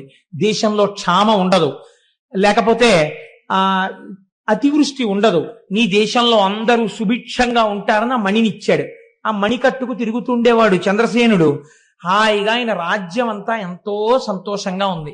ఒకడు బాగుపడ్డమే కదండి మిగిలిన వారు ఏడవడానికి కారణమవుతుంది. కాబట్టి ఇప్పుడు లోకంలో ఉన్న రాజులందరూ ఒక తాటి మీదకి వచ్చారు. దీని కొరకు వచ్చారు, వాడు అంత సుఖంగా ఉండడం ఏమిటి? మీరు చూడండి లోకం ఎంత చిత్రంగా ఉంటుందో. ఎందుకు సుఖపడుతున్నాడలా అని అడిగి తాను కూడా మార్గంలో వెళ్ళిన వాళ్ళు కారు. ఆయన ఎందుకు అలా సుఖపడాలి? కాబట్టి ఆయన దగ్గరున్న మణి మనం ఎత్తుకొచ్చేస్తే దీనికి ఒక పూత పూశారు. ఏం పూత పూశారు? క్షాత్ర ధర్మము. క్షాత్రం ఉన్నది, మేము క్షత్రియులం, మేము రాజులం. బలమైనటువంటి వస్తువు, గొప్ప వస్తువు ఎవరి దగ్గర ప్రకాశిస్తోందో దాన్ని తెచ్చే అధికారం మాకుంది. ఒక్కడు వెళ్ళడానికి భయం, ఆయన శివభక్తుడు. అక్కడ మహాకాళలింగం వచ్చిందోసారి, కాబట్టి అందరం కట్టకట్టుకుని ఎడితే గొడవ ఉండదు, భయం ఉండదు ఇంకా. కాబట్టి ఇప్పుడు అందరూ కలిసి బయలుదేరారు. తప్పు పని చెయ్యడానికి కలిసినంత తొందరగా మంచి పనికి కలియడం అన్నది లోకంలో ఉండదు. శ్రేయాంసి బహు విఘ్నాని, మంచి పని చేద్దామంటే విఘ్నాలు ఎక్కువ, అల్లరి ఎక్కువ. కాబట్టి ఇప్పుడు వీళ్ళందరూ కలిసి అవంతి మీద దండెత్తారు. దండెత్తి ఆ రాజు కోటని అన్ని వేపులా తలుపులు మూసేశారు, పట్టణానికి అన్ని వేపులా మొహరించారు. దేని కొరకు మొహరించారు? ఆ మణిని ఎత్తుకుపోవడానికి వచ్చారు వీళ్ళందరూ. రాజు చూశాట లోపల, వేగుల వలన తెలుసుకున్నాడు. ఒక్కరు కాదు, ఇద్దరు కాదు, మొత్తం రాజులందరూ వచ్చేశారు. వచ్చేసి నీ కోటని చుట్టుముట్టారు. ఇప్పుడు గెలవడం చాలా కష్టం, బయటికి వెళ్ళి యుద్ధం చేస్తే. మణి కోసమే వచ్చారని చెప్పాడు. ఆయన అన్నాడు, ఒకడో ఇద్దరో ముగ్గురో అయినచో ఉత్సాహమే పారా ఆజికి చేరంజని నిల్వరించిరుపులం చెండాడుదున్ కాని ఈ సకలోర్వీపతులేకమై ఇటులను చండ ప్రతాపానల ప్రకట జ్వాలల చుట్టుముట్ట తరమే వరింప ఏకాకి. రాజు యుద్ధం వచ్చిందని పారిపోకూడదు, యుద్ధం వచ్చిందని బెంగ పెట్టుకోకూడదు. ఎందుకని? యుద్ధ సమయంలో భూపసభాంతరాలమున పుష్కళమక్షతురత్వమాజి బాహాపటు శక్తియున్ యశమునందనురక్తియు ప్రకృతి సిద్ధగుణంబులు సజ్జనాళికిన్నంటాడు భర్తృహరి. కాబట్టి భూపసభాంతరాలమున పుష్కళమక్షతురత్వము, నాకు చాలా వచ్చు కానండి, నలుగురిని చూసేటప్పటికే భయపడిపోతానండి అంటే ఆ విద్యుత్ పనికి వస్తుంది. పెద్ద సభలో కూడా నిర్భయంగా మాట్లాడగలిగినటువంటి అదృష్టం సజ్జన లక్షణం అన్నాడే. భూపసభాంతరాలమున పుష్కళమక్షతురత్వము ఆజి బాహాపటు శక్తియున్. క్షత్రియుడైనటువంటి వాడు యుద్ధం ఎప్పుడు వస్తుందా, వెళ్ళి ఎప్పుడు చీల్చి చెండాడదామా అని చూడాలి. యతీనాం భూషణం జ్ఞానం సంతోషోహి ద్విజన్మనాం ఉద్యమం శత్రుహననం భూషణం భూతిమిచ్చతాం అన్నాడు వ్యాసుడు దేవి భాగవతంలో. ఇవి 4 లక్షణములు వీళ్ళకు ఉండి తీరాలన్నాడు. యతీనాం భూషణం జ్ఞానం. యతి అనగా ఏమి? కేవల జ్ఞానముతో ఉండాలి, ఇంకేది అడగకూడదు. యతికి భూషణము జ్ఞానమే. యతీనాం భూషణం జ్ఞానం సంతోషో హిద్ది జన్మనాం. బ్రాహ్మణుడైనటువంటి వాడు ఎప్పుడూ సంతోషంగా ఉండాలి. ఈశ్వరుడు ఉన్నాడు, నన్ను రక్షిస్తాడని. అంతేగాని నాకు ఇంకా అది రాలేదు, ఇంకా ఇది రాలేదు ఏడుస్తూ కూర్చుంటే వాడేం చేస్తాడు లోకానికి? సంతోషో హిద్ది జన్మనాం. ఉద్యమం శత్రుహననం. శత్రువులు వచ్చినప్పుడు మీద పడి శాతన ఖగ్ర ఖండితల సన్మజ కుంజర కుంభముక్త ముక్తాతత శైల అంటారు తిక్కనగారి విరాటపర్వంలో. ఏనుగు యొక్క కుంభస్థలం మీదకి దూకి తన యొక్క వాడిగోళ్లతో తీల్చి ముత్యాలు వెదజల్లుదామని చూసేటటువంటి సింహంలా ఉండాలి క్షత్రియుడు, మహారాజు అన్నవాడు. కాబట్టి నాకు బెంగలేదు, యుద్ధానికి వెళ్ళడం అంటే సంతోషమే. కానీ ఒక్కరో ఇద్దరో ముగ్గురో వస్తే అలా వెడతాను. లోకములో ఉన్న రాజులందరూ కట్టకట్టుకుని యుద్ధానికి వస్తే ఏకాకి పోరాడడం తేలిక. కాబట్టి ఇప్పుడు ఎంత గొప్ప మాట చెప్తున్నాడో చూడండి. ధర్మలోపం లేదు ఆయన యందు. ధర్మలోపం ఎవరి యందుంది? బయటున్న వాళ్ళ యందుంది. క్షాత్రమని అడ్డు పెట్టుకుని మణి కోసం వచ్చారు వాళ్ళు దారి దొంగలు. ఈయనో యుద్ధం చేయడానికి, దేహత్యాగం చేయడానికి, లేదా వాళ్ళని ఓడించడానికి నాకు బెంగలేదు. కానీ ఇంతమంది వచ్చినప్పుడు యుద్ధం చేయడం ఏకాకి ఎలా కుదురుతుంది? చెయ్యొచ్చా? తెగబడి సైన్యాన్ని ప్రజల్ని తీసుకెళ్లి యుద్ధం చేస్తే ఇంతమంది చచ్చిపోతే రాజు దూరదృష్టి ఉన్నవాడని రేపు లోకం అంటుందా? కాబట్టి నేను ఇప్పుడు ఏం చెయ్యాలి? ఆయన ఏం చేశాడంటే ఇన్ని ఆలోచనలు నాకెందుకు? నేను ఎవరిని నమ్మితే ఈ మణి వచ్చింది? ఈ మణి ఆయన్ని నమ్మి నేను పూజ చేశాను. ఆయన యొక్క అంత్యవాసులలో ఒకడు సంతోషించి నాకు ఈ మణిని ఇచ్చాడు. ఎవడు నాకు ఈ మణి ఇవ్వడానికి కారకుడో వాడి పాదాలే నేను గట్టిగా పట్టుకుంటాను. నన్ను రక్షించుకోవడం వాడి కర్తవ్యం. యుద్ధమే రాని శరీరమే పోని. కాబట్టి దేవాలయంలోకి వెళ్ళి కూర్చుని ఇప్పుడు పూనికతో పూజ చేశాడు. మీరు ఒక్కటి అర్థం చేసుకోండి. అయ్యా మీకు ఇక్కడ సెల్ ఫోన్తో చాలా అవసరం ఉంటే మీరు బయటికి వెళ్ళండి. మీకు సెల్ ఫోన్తో అవసరం ఉంటే బయటికి వెళ్ళిపోవచ్చు. మీ వల్ల ఇతరులు డిస్టర్బ్ కాకూడదు. మీకు అవసరం లేదనుకుంటే దగ్గర కూర్చుని సెల్ ఫోన్ ఆఫ్ చేయండి. మీ సెల్ ఫోన్ ఆన్ చేసుకోవడానికి దగ్గరగా కూర్చుని సభలో కూర్చోడం. కాబట్టి ఆయన ఇంతమంది వచ్చి ఆ దేవాలయం బయట కూర్చుని ఉంటే లోపలికి వెళ్ళి శివారాధన చేస్తున్నాడు. ఆ శివారాధన చేయడంలో ఆయన భక్తి పరిఢవిల్లి ఉంది. ఆ సమయంలో ఎప్పుడెప్పుడు మీకు భక్తి చాలా పూనికతో ఉంటుందో అప్పుడప్పుడు మీ పూజ చాలా అందంగా ఉంటుంది. మీరు యాంత్రికమైన పూజ చేస్తున్నారనుకోండి, దాని యందు నిష్ట లేదు. వచ్చేది ఒకందుకు, వెళ్ళేది పురాణం వినడానికి, కూర్చుని చేసేది సెల్ ఫోన్ ఆపరేషన్. ఎందుకని? అసందర్భమైన పని చేసుకోవడం ఎలా ఉంటుందో చిత్తశుద్ధి లేని పూజ అలా ఉంటుంది. కాబట్టి ఏమైంది? అలాంటి పూజ అందం ఇవ్వదు, చూసేవాడికి కూడా సౌభాగ్యాన్ని ఇవ్వదు. కానీ అలా చేసినటువంటి పూజ కాదయింది.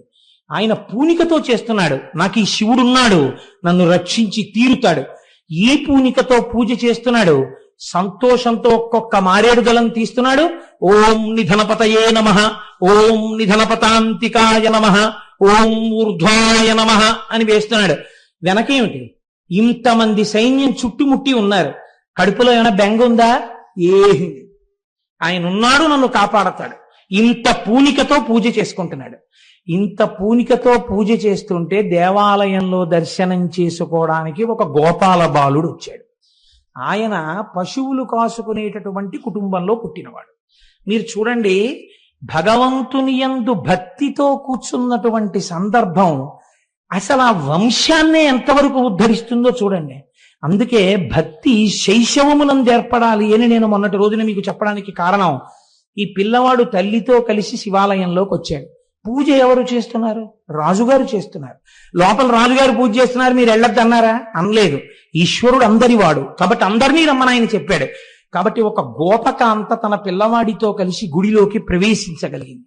ఇప్పుడు మీకు ఏమర్థం అవ్వాలి? శివపురాణం చదువుతున్నప్పుడు రాజుగారు పూజ చేసుకుంటున్నప్పుడు గోపకాంత తన కుమారుడితో కలిసి అంతరాలయములోకి వెళ్ళగలిగింది అంటే ఆయన భగవంతుడు అందరి సొత్తు అని నమ్మాడు తప్ప నా ఒక్కడి సొత్తు ఆయన నమ్మినవాడు కాడు. అంటే ఎంత ధర్మాత్ముడై ఎంత నిజమైన భక్తితో ఉన్నవాడో చూడండి రాజు. కాబట్టి ఇప్పుడు ఆ గోపకాంత పిల్లవాడిని తీసుకుని లోపలికి వెళ్ళింది. ఇద్దరూ దర్శనం చేశారు. అంటే అందరూ వింటారు. ఆవిడ లీలావతి వింది. లీలావతి గర్భంలో ఉన్న ప్రహ్లాదుడు విన్నాడు నారదుడు చేసిన ఉపదేశం. కానీ లీలావతి తలకెక్కిందా? గర్భస్థమైనటువంటి ప్రహ్లాదుడి తలకెక్కింది ఉపదేశం. అలా చూడండి, ఇద్దరూ వచ్చారు. పరిణతిని పొంది పెద్దదైనటువంటిది గోపకాంత. గోపకాంత యొక్క చిన్ని పిల్లవాడు ఈ పిల్లవాడు. ఇద్దరూ వచ్చి అక్కడ నిలబడ్డారు. ఇద్దరూ నమస్కారం చేశారు. ఇద్దరూ బయటికి వెళ్ళిపోయారు. భగవంతుడి అనుగ్రహం ఎవరి మీద ఎలా వర్షిస్తుంది అంటే లోపల ఉండేటటువంటి మనస్సు యొక్క స్థితిని బట్టి ఉంటుంది. ఇప్పుడు ఇద్దరూ దర్శనం చేసిన గోపకాంత మనస్సు చిన్న పిల్లవాడి మనస్సు అంతగా భగవంతుని యందు కేంద్రీకరింపబడలేదు. ఆ పూజ చూస్తూ పిల్లవాడి మనస్సు ఉప్పొంగిపోయింది. ఉప్పొంగిపోయి అప్ప రాజుగారు ఎంత బాగా పూజ చేస్తున్నాడో నేను కూడా అంత బాగా పూజ చెయ్యాలి అనుకున్నాడు. వాడికి ఏమొచ్చు పూజ చేయడం. ఇంటికి వెళ్ళిపోయారు. ఆ గొల్లకాంత లోపలికి వెళ్ళి తన పని తాను చక్క పెట్టుకుంటోంది. పిల్లవాడిని విడిచిపెట్టింది. ఈ పిల్లవాడు ఆడుకుంటూ ఆడుకుంటూ ఎక్కడో వాడి దృష్టి అంతా దేని మీద ఉంది? రాజుగారు ఎలా లింగార్చన చేశాడో మనం అలా లింగార్చన చెయ్యాలి. ఇప్పుడు వాడు శివలింగం కోసం వెతుకుతున్నాడు అర్చన చేయడానికి. వాడికి శివలింగంగా ఏది కనపడింది? ఒక గుండ్రాయి కనపడింది. అక్కడ ఓ రాయి పడింది. ఆ రాయి వాడికి శివలింగంలా కనపడింది. వాడు వెంటనే రాతిని చూడలేదు, లింగాన్ని చూశాడు. వాడు ఆ శివలింగం అని అక్కడ పెట్టాడు. వాడికి ఏమొచ్చి ఇప్పుడు పూజ? వాడికి ఏమి రాదు పూజ. అందుకని అలా వెళ్ళాడు. ఆయన మారేడు దళాలు వేయడం చూశాడు. 4 చెట్ల ఆకులు పట్టుకొచ్చాడు. వాడికి శివ అనడం తప్ప ఇంకేమీ తెలియదు. నేను మీకు మొట్టమొదట చేసుకున్న విజ్ఞాపన ఇదే. ఇప్పుడు ఇక్కడ ఆచారం ఉన్నదని మీరు చెప్పగలరా? రాజు చేస్తున్న పూజ యందు సదాచారం ఉంది. గొల్లపిల్లవాడు చేస్తున్నటువంటి పూజ యందు సదాచారం ఉన్నదా? కేవల భక్తి ఉన్నది. అక్కడ భక్తితో కూడిన సదాచారం ఉన్నది. ఎక్కడ ఏ స్థాయిలో ఉండాలో ఆ స్థాయిలో ఉన్నాయి రెండూను. అందుకని ఒక ఆయన మడిబట్ట కట్టుకుని అవకాశం ఉండి పూజ చేసుకుంటున్నాడు అనుకోండి, మీరు పరిహసించకూడదు. ఆయనకు అవకాశం ఉంది, చక్కగా ఓ మడిబట్ట కట్టుకుని పూజ చేసుకుంటున్నాడు. నీకు మడిబట్ట కట్టుకునేటటువంటి అవకాశం ఆ రోజు కలగలేదు. ఇంటి నిండా మనవలు ఉన్నారు, వచ్చి ముట్టుకుంటున్నారు. నవ్వుతూ హాయిగా సంతోషంగా పూజ చేసుకో. చిన్నపిల్లలు ఈశ్వర రూపంలో నన్ను తాకారనుకుని పూజ చేసేసుకో. అప్పుడు నీకు సమస్య లేదు. భక్తి యందు ఈ స్థాయి భేదాన్ని మీరు అర్థం చేసుకోవాలి. లేకపోతే అది అర్థం ఉండదు. అందుకే నేను చెప్పాను, రోగానికి పథ్యము మందు రెండు ఎలా అవసరమో, కానీ భక్తి యందు మాత్రం ఒక్కొక్కసారి పథ్యం లేనటువంటి మందు సరిపోతుంది. ఎలా? ఆచారం లేని భక్తి సరిపోతుంది. ఇక్కడ సరిపోయింది. ఎందుకంటే ఆ పిల్లాడికి ఏం తెలియదు అసలు. తెలియకపోయినా ఈశ్వరుడు మన్నించాడంటే భవరోగం తీసేశాడు. ఎలా తీసేశాడు? వాడు ఆ గుండ్రాయిని అక్కడ పెట్టాడు. గుండ్రాయిని అక్కడ పెట్టి తెచ్చుకున్న ఆకులు తీశాడు. శివ శివ శివ, ముందు ఓం లేదు, చివర నమః లేదు. వాడు మడిబట్ట కట్టుకోలేదు. వాడికి ఏమీ తెలియదు. వాడికి అభిషేకం తెలియదు. వాడికి పురుష సూక్తం తెలియదు. వాడికి షోడశోపచారాలు తెలియవు. వాడి దగ్గర నైవేద్యం లేదు. కానీ వాడు ఒక్కొక్క ఆకు తీస్తున్నాడు, వేస్తున్నాడు. శివ శివ శివ అంటున్నాడు. ఇలా అంటూ ఉండడంలో వాడికి ఎవరు కనపడుతున్నారు కళ్ళల్లో? రాజుగారు మహాకాళలింగానికి చేస్తున్న పూజ ఇక్కడ కనపడుతోంది. ఇప్పుడు వాడి మనస్సులో వాడు అలాగే మహాకాళలింగానికి చేసేస్తున్నాడు. మీరు అనుకున్న పని, మీరు అనుకున్న కోరిక మీకు తీరగానే మీలో గొప్ప తృప్తి వచ్చేస్తుంది. ఆ తృప్తిలోంచి ఆనందం ఉద్భవిస్తుంది. నేను ఈ శివ పూజ చేసుకుంటున్నాననుకోవడంలో వాడు ఆ ఆనందంలో కన్నులు మూతపడిపోయాయి. పైకి నామం ఆగిపోయింది. కానీ ఆ పైన గుండ్రాయిపోయి ఇక్కడ వాడికి మహాకాళలింగం వచ్చేసింది. వచ్చేసి వాడు ఇక్కడ అర్చన చేసేస్తున్నాడు. అలా కూర్చుని స్తంభీభూతుడైపోయాడు. అంటే భావనా పరిపుష్టి చిన్న కారణం చేత ఒక పిల్లవాడు పొందేయగలిగాడు. మీరు తారతమ్యాన్ని గమనించండి జాగ్రత్తగా. ఇది లేని పూజ, ఇది పొందని పూజ ఎంత చేసినా నిరుపయోగమే. కాబట్టి ఇప్పుడు గొల్ల వనిత బయటికి వచ్చింది. ఆ పిల్లవాడికి అన్నం పెడదామని వచ్చింది. అన్నం పెడదామని అమ్మ రావాలా? అమ్మ అన్నం పెట్టమ్మా, అన్నం పెట్టమ్మా అని పిల్లాడు తిరగాల? అది పిల్లవాడు తిరిగే వేళ తిరగట్లేదు. ఏమిటి వీడు తిరగట్లేదని అమ్మ వచ్చింది. కానీ వాడు అంతర్ముఖుడై కూర్చుని ఉండిపోయాడు. చూసింది తల్లి. ఏమిట్రా ఇదంతా? ఈ గుండ్రా ఏమిటి, ఈ ఆకులు ఏమిటి, ఏమిట్రా ఇదంతా అంది ఆవిడ. ఇప్పటికీ వినపడలేదు. చూడండి, ఇద్దరూ దర్శనానికి వెళ్ళారు. ఆయన పూజ చేశాడు. ఈవిడికి ఏం కనపడుతోంది? గుండ్రాయి ఆకులు కనపడుతున్నాయి. ఈ గుండ్రా ఏమిటి, ఆకులు ఏమిటి అని అడిగింది. ఆయన మాట్లాడదు. ఏరా మాట్లాడమేమిరా అని చెప్పి భుజం బట్టి లాగింది. ఆయన బహిర్ముఖుడు కాలేదు. ఆవిడికి కోపం వచ్చింది. వీడు ఇలాంటి పిచ్చి పిచ్చి వేషాలన్నీ ఏవో మొదలెట్టాడు. ఇదో శివలింగం అని చెప్పేసి ఏదో పెద్ద ధ్యానంలో ఉన్నట్టు నటిస్తున్నాడు వీడనుకుంది ఆవిడ. ఆ గుండ్రాయిని తీసి విసి అవతల పారేసి ఆ ఆకులన్నీ కాలుతో తోసేసి ఇంట్లోకి వస్తావా రావా నా చెయ్యట్టుకుని ఒక్క లాగు లాగి రా అన్నం పెడతాను అని లోపలికి. అంతే కదండి. అంతకన్నా ఆవిడికి ఏం తెలుసు ఆయన ఏ స్థితిలో ఉన్నాడో ఆవిడికి తెలియదు కాబట్టి చేయి పట్టి గట్టిగా లాగేసి వెళ్ళిపోయింది. పిల్లవాడు కళ్ళు తెరిచాడు. వాడు వెంటనే ఆర్తితో ఏడ్చాడు. దేనికి ఏడ్చాడు? అమ్మ లాగిందని ఏడవలేదు, తన్ను తిట్టిందని ఏడవలేదు, తన ఎదురుగుండా ఉన్న శివలింగం వాడికి కనపడలేదు. వాడికి గుండ్రాయి కనపట్టలేదు, శివలింగం కనపడుతోంది. నా చేత అర్చించబడిన నా స్వామి లేడిక్కడ, నా స్వామి వెళ్ళిపోయాడు అని బెంగ పెట్టుకున్నాడు. ఇప్పుడు వాడు తన స్వామిని పిలుస్తున్నాడు రమ్మని. ఎంత చిత్రంగా పిలిచాడంటే, అంతనయార్తి అయి హరహరాయని బాలుడు మూర్ఛనొందే. స్వామి ఎక్కడికి వెళ్ళిపోయావయ్యా, కనపట్టలేదని హరహరా అని అరుస్తూ వాడు స్వామి కనపడలేదన్న బెంగ చేత వెంటనే మూర్ఛపడిపోయాడు కింద. తన కోసం ఇంత పరితపించిపోయిన పిల్లవాణ్ణి చూశాడు. ఇది నేనన్నది మొట్టమొదట చెప్పిన ఉపమానానికి కారణం. అది మీరు బాగా ముందరి చెప్తే ఈ కోణాన్ని అందుకోగలుగుతారని. వెంటనే ఆ ఇంటియు అల్కతోడదని ఎచ్చటనో నిదురించే, ఈ పిల్లాడు రావట్లేదని ఆ గోపకాంత లోపలికి వెళ్ళిపోయి పాకలో ఎక్కడో పడుకుంది. అంత కాలాంతక సత్కృపన్ బుడుతుడల్లన కన్నులు విచ్చి చూడగా ఎంతయు వింత కన్పడి హేమమయం బగు దెవళం వచన్. బంగారు కాంతులతో గోపురంతో ఒక పెద్ద దేవాలయం, వేరొక పెద్ద శివలింగం అక్కడ ఏర్పడ్డాయి. పిల్లవాడు బంగారు పువ్వులు తాపడం చెయ్యబడిన పీట మీద పట్టుపంచతో కూర్చుని వాడు పూజ చేస్తున్నాడు. వాడికి సమస్తమైన శివజ్ఞానము భాషించిపోయింది. ఇప్పుడు అమ్మకి ఏదో వినపడింది. ఏమిటి గంటలేమిటి, ఎవరో చేస్తున్న అభిషేకాలేమిటి, పూజలేమిటి, ఈ నామాలేమిటి, ఘోష ఏమిటిని బయటికి వచ్చింది. పెద్ద దేవాలయం తెల్లబోయింది. లోపలికెళ్ళి చూసింది. పిల్లవాడు బంగారు పువ్వుల పీట మీద కూర్చుని పూజ చేస్తున్నాడు. నా వంశమే తరించిపోయిందిరా తండ్రి, ఈ పూజ చేశామని నాకు తెలియదురా అని వెళ్ళి బిడ్డన్ని కౌగిలించుకుంది. ఆనందపడిపోయింది. ఈ సమయంలో స్వామి హనుమ అక్కడ ఆవిర్భవించారు. ఎత్ర ఎత్ర రఘునాథ కీర్తనం తత్ర తత్ర కృతమస్తకాంజలిం బాష్పవారి పరిపూర్ణలోచనం మారుతిం నమతరాక్షసాంతకం. అక్కడ స్వామి హనుమ ప్రత్యక్షమై ఒక మాట చెప్పారు. ఎవడు నొసట భస్మరేఖలను పెట్టుకుంటాడో, లలాటమునందు బొట్టు పెట్టుకుంటాడో, మెడలో రుద్రాక్షమాల దాల్చి ఉంటాడో, నాలుక చివర శివనామము పలుకుతున్నాడో, వాడికి మోక్షము కరతలామలకము. ఈ పిల్లవాడికి ఏమీ తెలియకపోవచ్చు, ఆచారం తెలియకపోవచ్చు, వాడు నమ్మాడు పరమేశ్వరుణ్ణి. నమ్మి పూజ చేశాడు ఒక గుండ్రాయికి, అది శివలింగమైంది.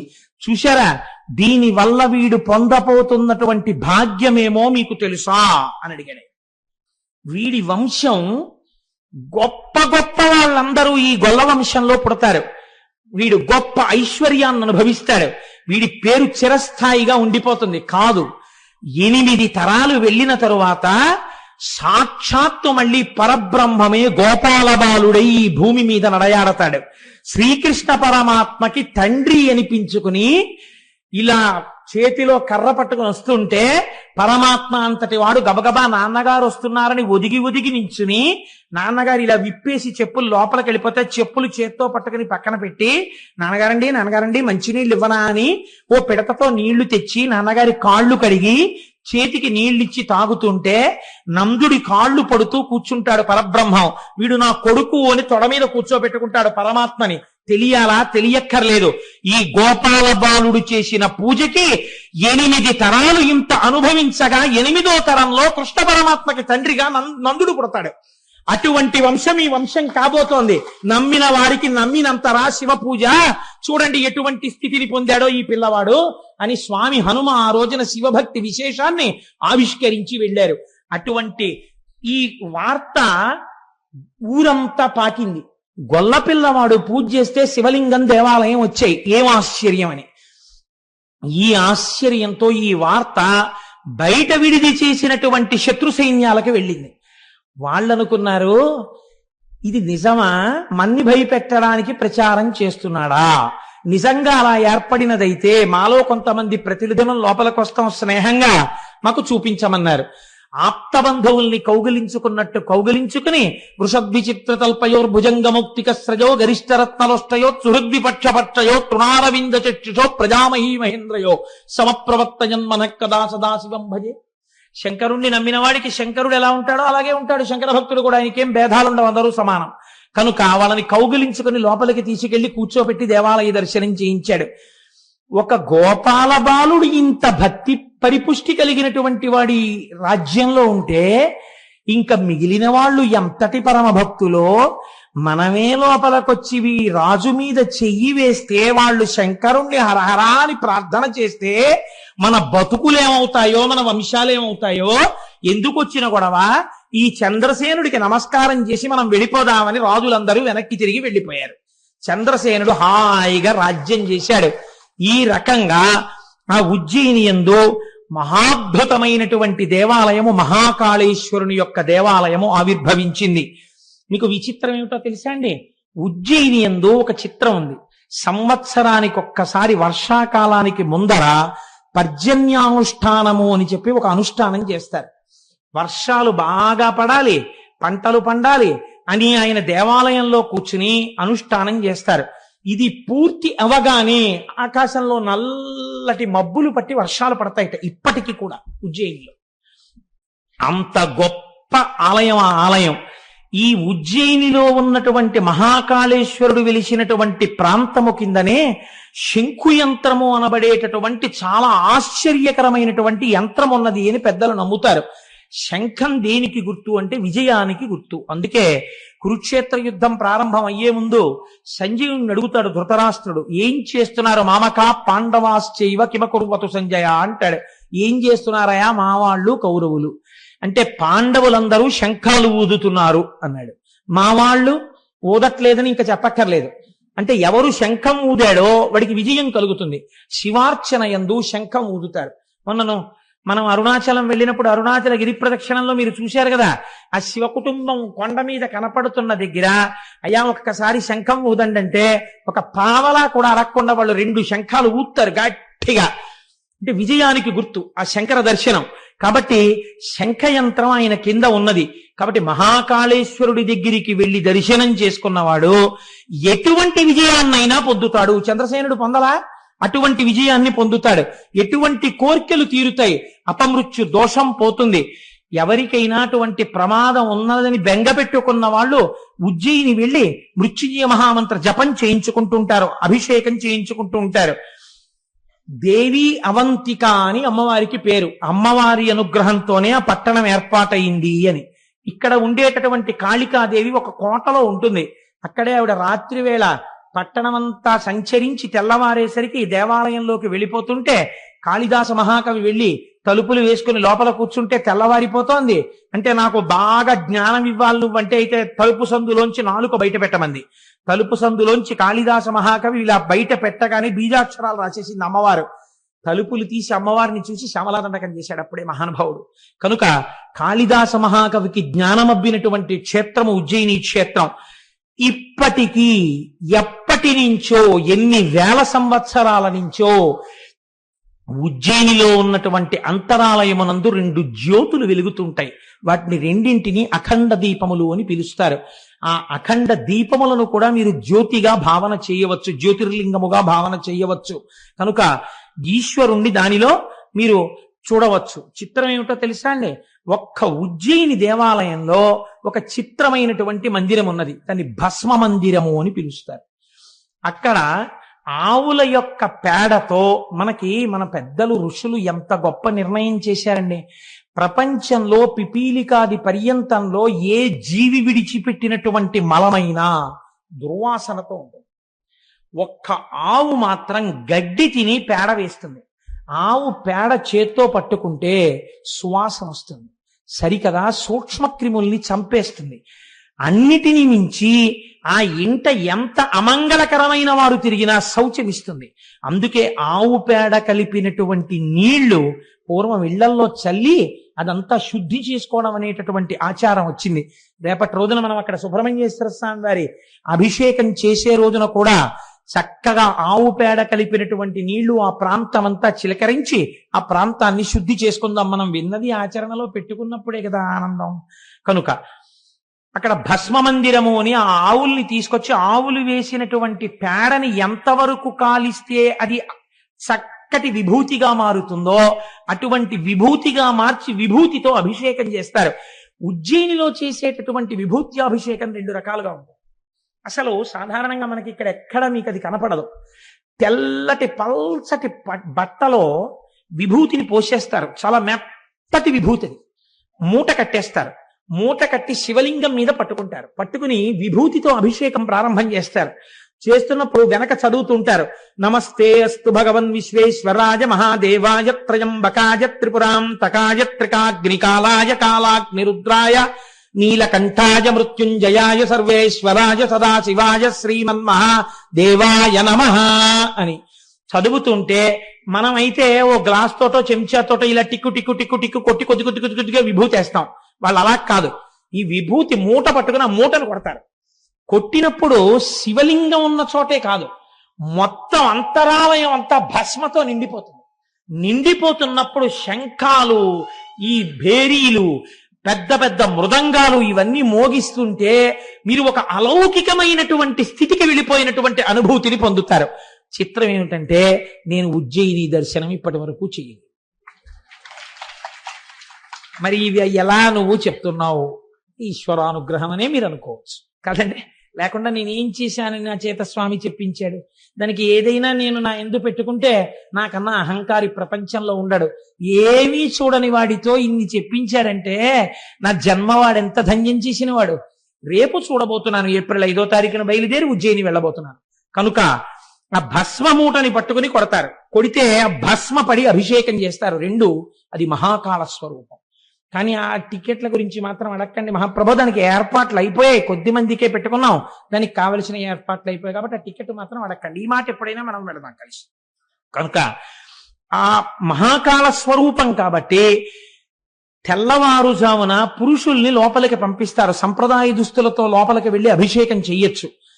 అప్పుడే శ్మశానంలో ఫ్రెష్ గా కాలినటువంటి శవం యొక్క భస్మని పట్టుకొస్తారు అర్చకులు. పట్టుకొచ్చి ఇస్తారు.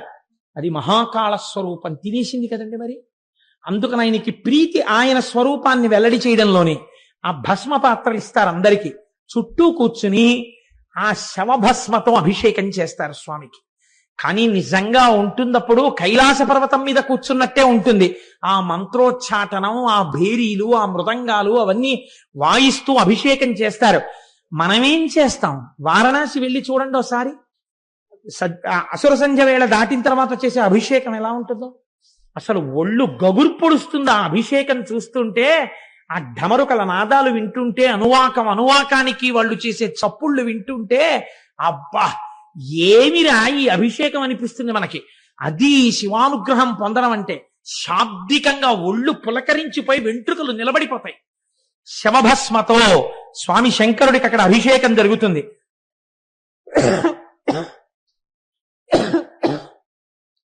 సాయంకాలం వేళలో, అసుర సంధ్య వేళలో మహాకాళేశ్వరుడికి చిత్ర విచిత్రమైన నీరాజనాలు ఎత్తుతారు. నక్షత్రహారతులు, కర్పూర హారతులు, జ్యోతిహారతులు, ఎన్ని రకాల హారతులు మంత్రోచ్చాటనాలతో ఎత్తి చూపిస్తుంటారు. దానికోసం ప్రత్యేక మహంతులు వస్తారు.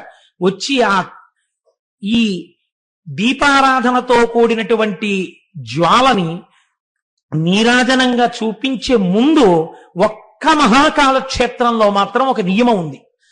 మహాకాళంలో ఉన్నటువంటి మహాకాళేశ్వరుడికి నీరాజనం ఎత్తడానికి ముందు అక్కడికి సమీపంలోనే ఇంకొక శివలింగం ఉంది. ఆ శివలింగం పేరేమిటో తెలుసా అండి? కోటేశ్వర మహాకాళుడు. కోటేశ్వర మహాకాళుడికి ముందు పూజ చేస్తే తప్ప అసలు మహాకాళుడికి పూజ చేయడం నిషిద్ధం. కాబట్టి ముందు కోటేశ్వర మహాకాళుడికి నీరాజనాలు ఎత్తుతారు. ఆయనకి నీరాజనాలు ఎత్తి తర్వాత ఇక్కడికొచ్చి ఇక్కడ నీరాజనాలు ఇస్తారు. మీరు కోటేశ్వర మహాకాళ దర్శనం కూడా చేయవలసి ఉంటుంది ఉజ్జయినిలో. ఏడాదికొక్కసారి స్వామివారు సవారీ పెడతారు. మనం ఊరేగింపు అంటాం. ఊరేగింపు కాదు, ఊరిరిగింపు. ఊరిరిగింపు అంటే వీడు ఎలాగో గుళ్ళోకి రాడు స్వామి, నువ్వే గుళ్ళోంచి బయటికి రా అంటే స్వామివారే ఓ పల్లకీలో కూర్చుని బయటకు వస్తారు. బయటకు వస్తే అలా వీధుల్లోకి వస్తారు. వీడు టీవీ చూస్తూ ఉంటాడు. పాపం వాళ్ళ ఆవిడ మాత్రం అర్ధకురాలు ఓ బెల్లంగడ్డ ఇంత బియ్యం పట్టుకెళ్ళిస్తుంది. పట్టుకెళ్ళిస్తే స్వామి ఆ పల్లకీలోంచే ఇలా చూస్తారు. వాడు రాడు స్వామి, వాడు అలా సీరియల్స్ చూస్తుంటాడు. వాడి పేరు కోటేశ్వరరావు. వాడు అదిగో లోపల ఉన్నాడు. వాడి కిందటి ఏడాది ఏదో సంపాదించాడు, ఈ ఏడాది ఇంకా సంపాదించాడు. వాడికి అహంకారం, అలాగే కూర్చుంటాడు. నువ్వు వచ్చినా రాడు. పోన్లే నేనే వాడి ఇంటికి వచ్చాను, వాళ్ళ ఆవిడతో బియ్యం పంపాడుగా, తన నీరాజనం బుచ్చేసుకుని ఇంత బెల్లంగడ్డ ప్రసాదం అవి ఇచ్చి లోపలికి పంపిస్తాడు. రేపు ఇదన్నా నోట్లో వేసుకోరా అని పంపిస్తాడు. ఈశ్వరుడు చాలా కారుణ్యమూర్తిగా బయటికి రావడానికి ఊరెరిగింపు, ఊరిని ఆయనకి ఎరిగింపు చేయడం, ఊరి వాళ్ళు లోపలికెళ్ళి ఆయనకి విజ్ఞాపన చేసుకోవడం కాదు, ఆయన కారుణ్యానికి పరాకాష్ఠ ఊరిరిగింపు. మహాకాలంలో సవారీ చేస్తాడు. సవారీ అంటే ఏమిటో తెలుసా అండి? చక్రవర్తి బయటికి వచ్చినట్టు బయటికి వస్తాడు. చక్రవర్తి బయటికి వచ్చినప్పుడు ఉజ్జయిని జిల్లా కలెక్టర్, ఉజ్జయిని జిల్లా పోలీస్ సూపరింటెండెంట్, ఉజ్జయిని నుంచి ఎన్నికైనటువంటి మంత్రి ఎవరైనా ఉంటే రాష్ట్ర కేబినెట్ లో మంత్రి, లేదా పరిపాలన చేసేటటువంటి మంత్రి ఎవరుంటారో, మనకైతే ఇక్కడ బహుశా రెవెన్యూ అడ్మినిస్ట్రేషన్ అయి ఉంటుంది, ఆ మంత్రి ఎవరుంటారో ఆ మంత్రి ఉజ్జయిని రావాలి. వచ్చి ప్రతి ఏటా సవారీ జరుగుతున్నప్పుడు స్వామివారి సవారీని మొయ్యాలి. వీళ్ళు ముగ్గురు తప్పకుండా మొయ్యాలి. ఉజ్జయినిలో కొన్ని వేల సంవత్సరాల నుంచి ఇదే ఆనవాయితీ. రాజులే పాలించనివ్వండి, ప్రజాస్వామ్యమే కానివ్వండి, వాళ్ళు వచ్చి ఆ పల్లకి పట్టుకుని స్వామిని సవారీ తీసుకెడతారు. శివరాత్రి నాడు ఆయన పెళ్లి కొడుకు అవుతాడు ఉజ్జయినిలో. అదో విచిత్రం. పుష్పకిరీటం పెట్టుకుంటాడు. పుష్పకిరీటం పెట్టుకుని పెళ్లి కొడుకు అవుతాడు. మహాశివరాత్రి వెళ్ళిపోయినటువంటి మర్నాడు ఈ అలంకారం అంతా తీసేసి భస్మాభిషేకం అందుకుంటాడు మళ్ళీ. అటువంటి సవారీ జరుగుతుంది. అక్కడే బలరామకృష్ణులు ఇద్దరూ సాందీపని మహాముని యొక్క ఆశ్రమంలో విద్యాభ్యాసం చేశారు.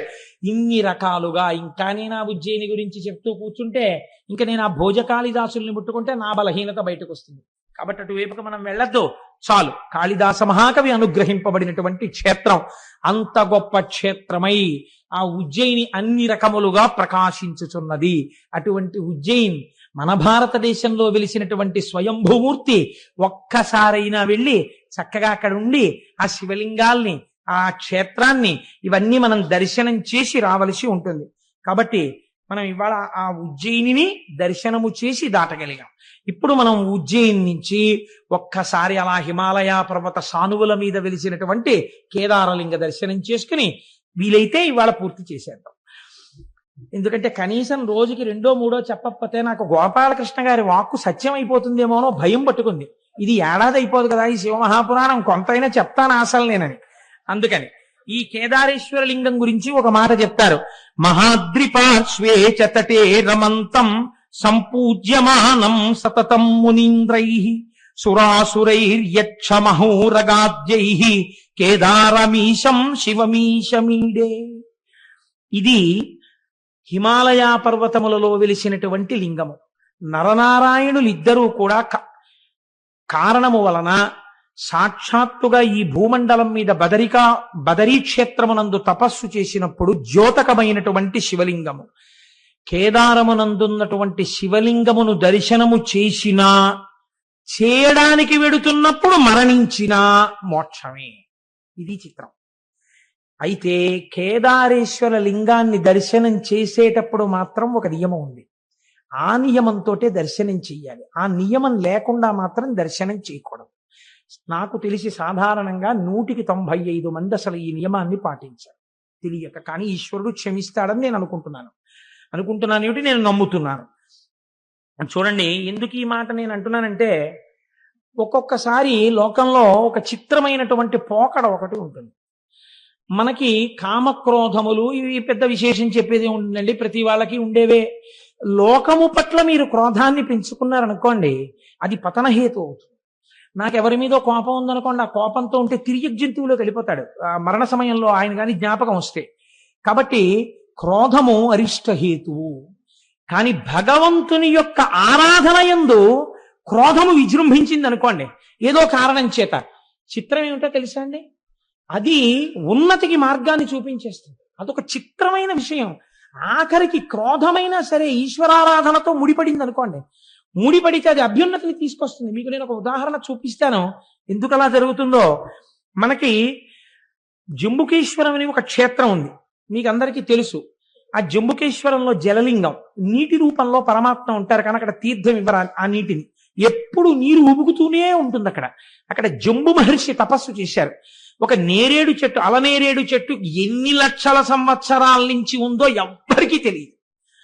ఆ నేరేడు చెట్టుకు ఒకసారి ప్రమాదం వచ్చింది. ఆ నేరేడు చెట్టు పైనుంచి ఎండిపోవడం మొదలెట్టింది. ఎన్ని పూజలు చేశారో, ఎన్ని ప్రార్థనలు చేశారో ఆగలేదు.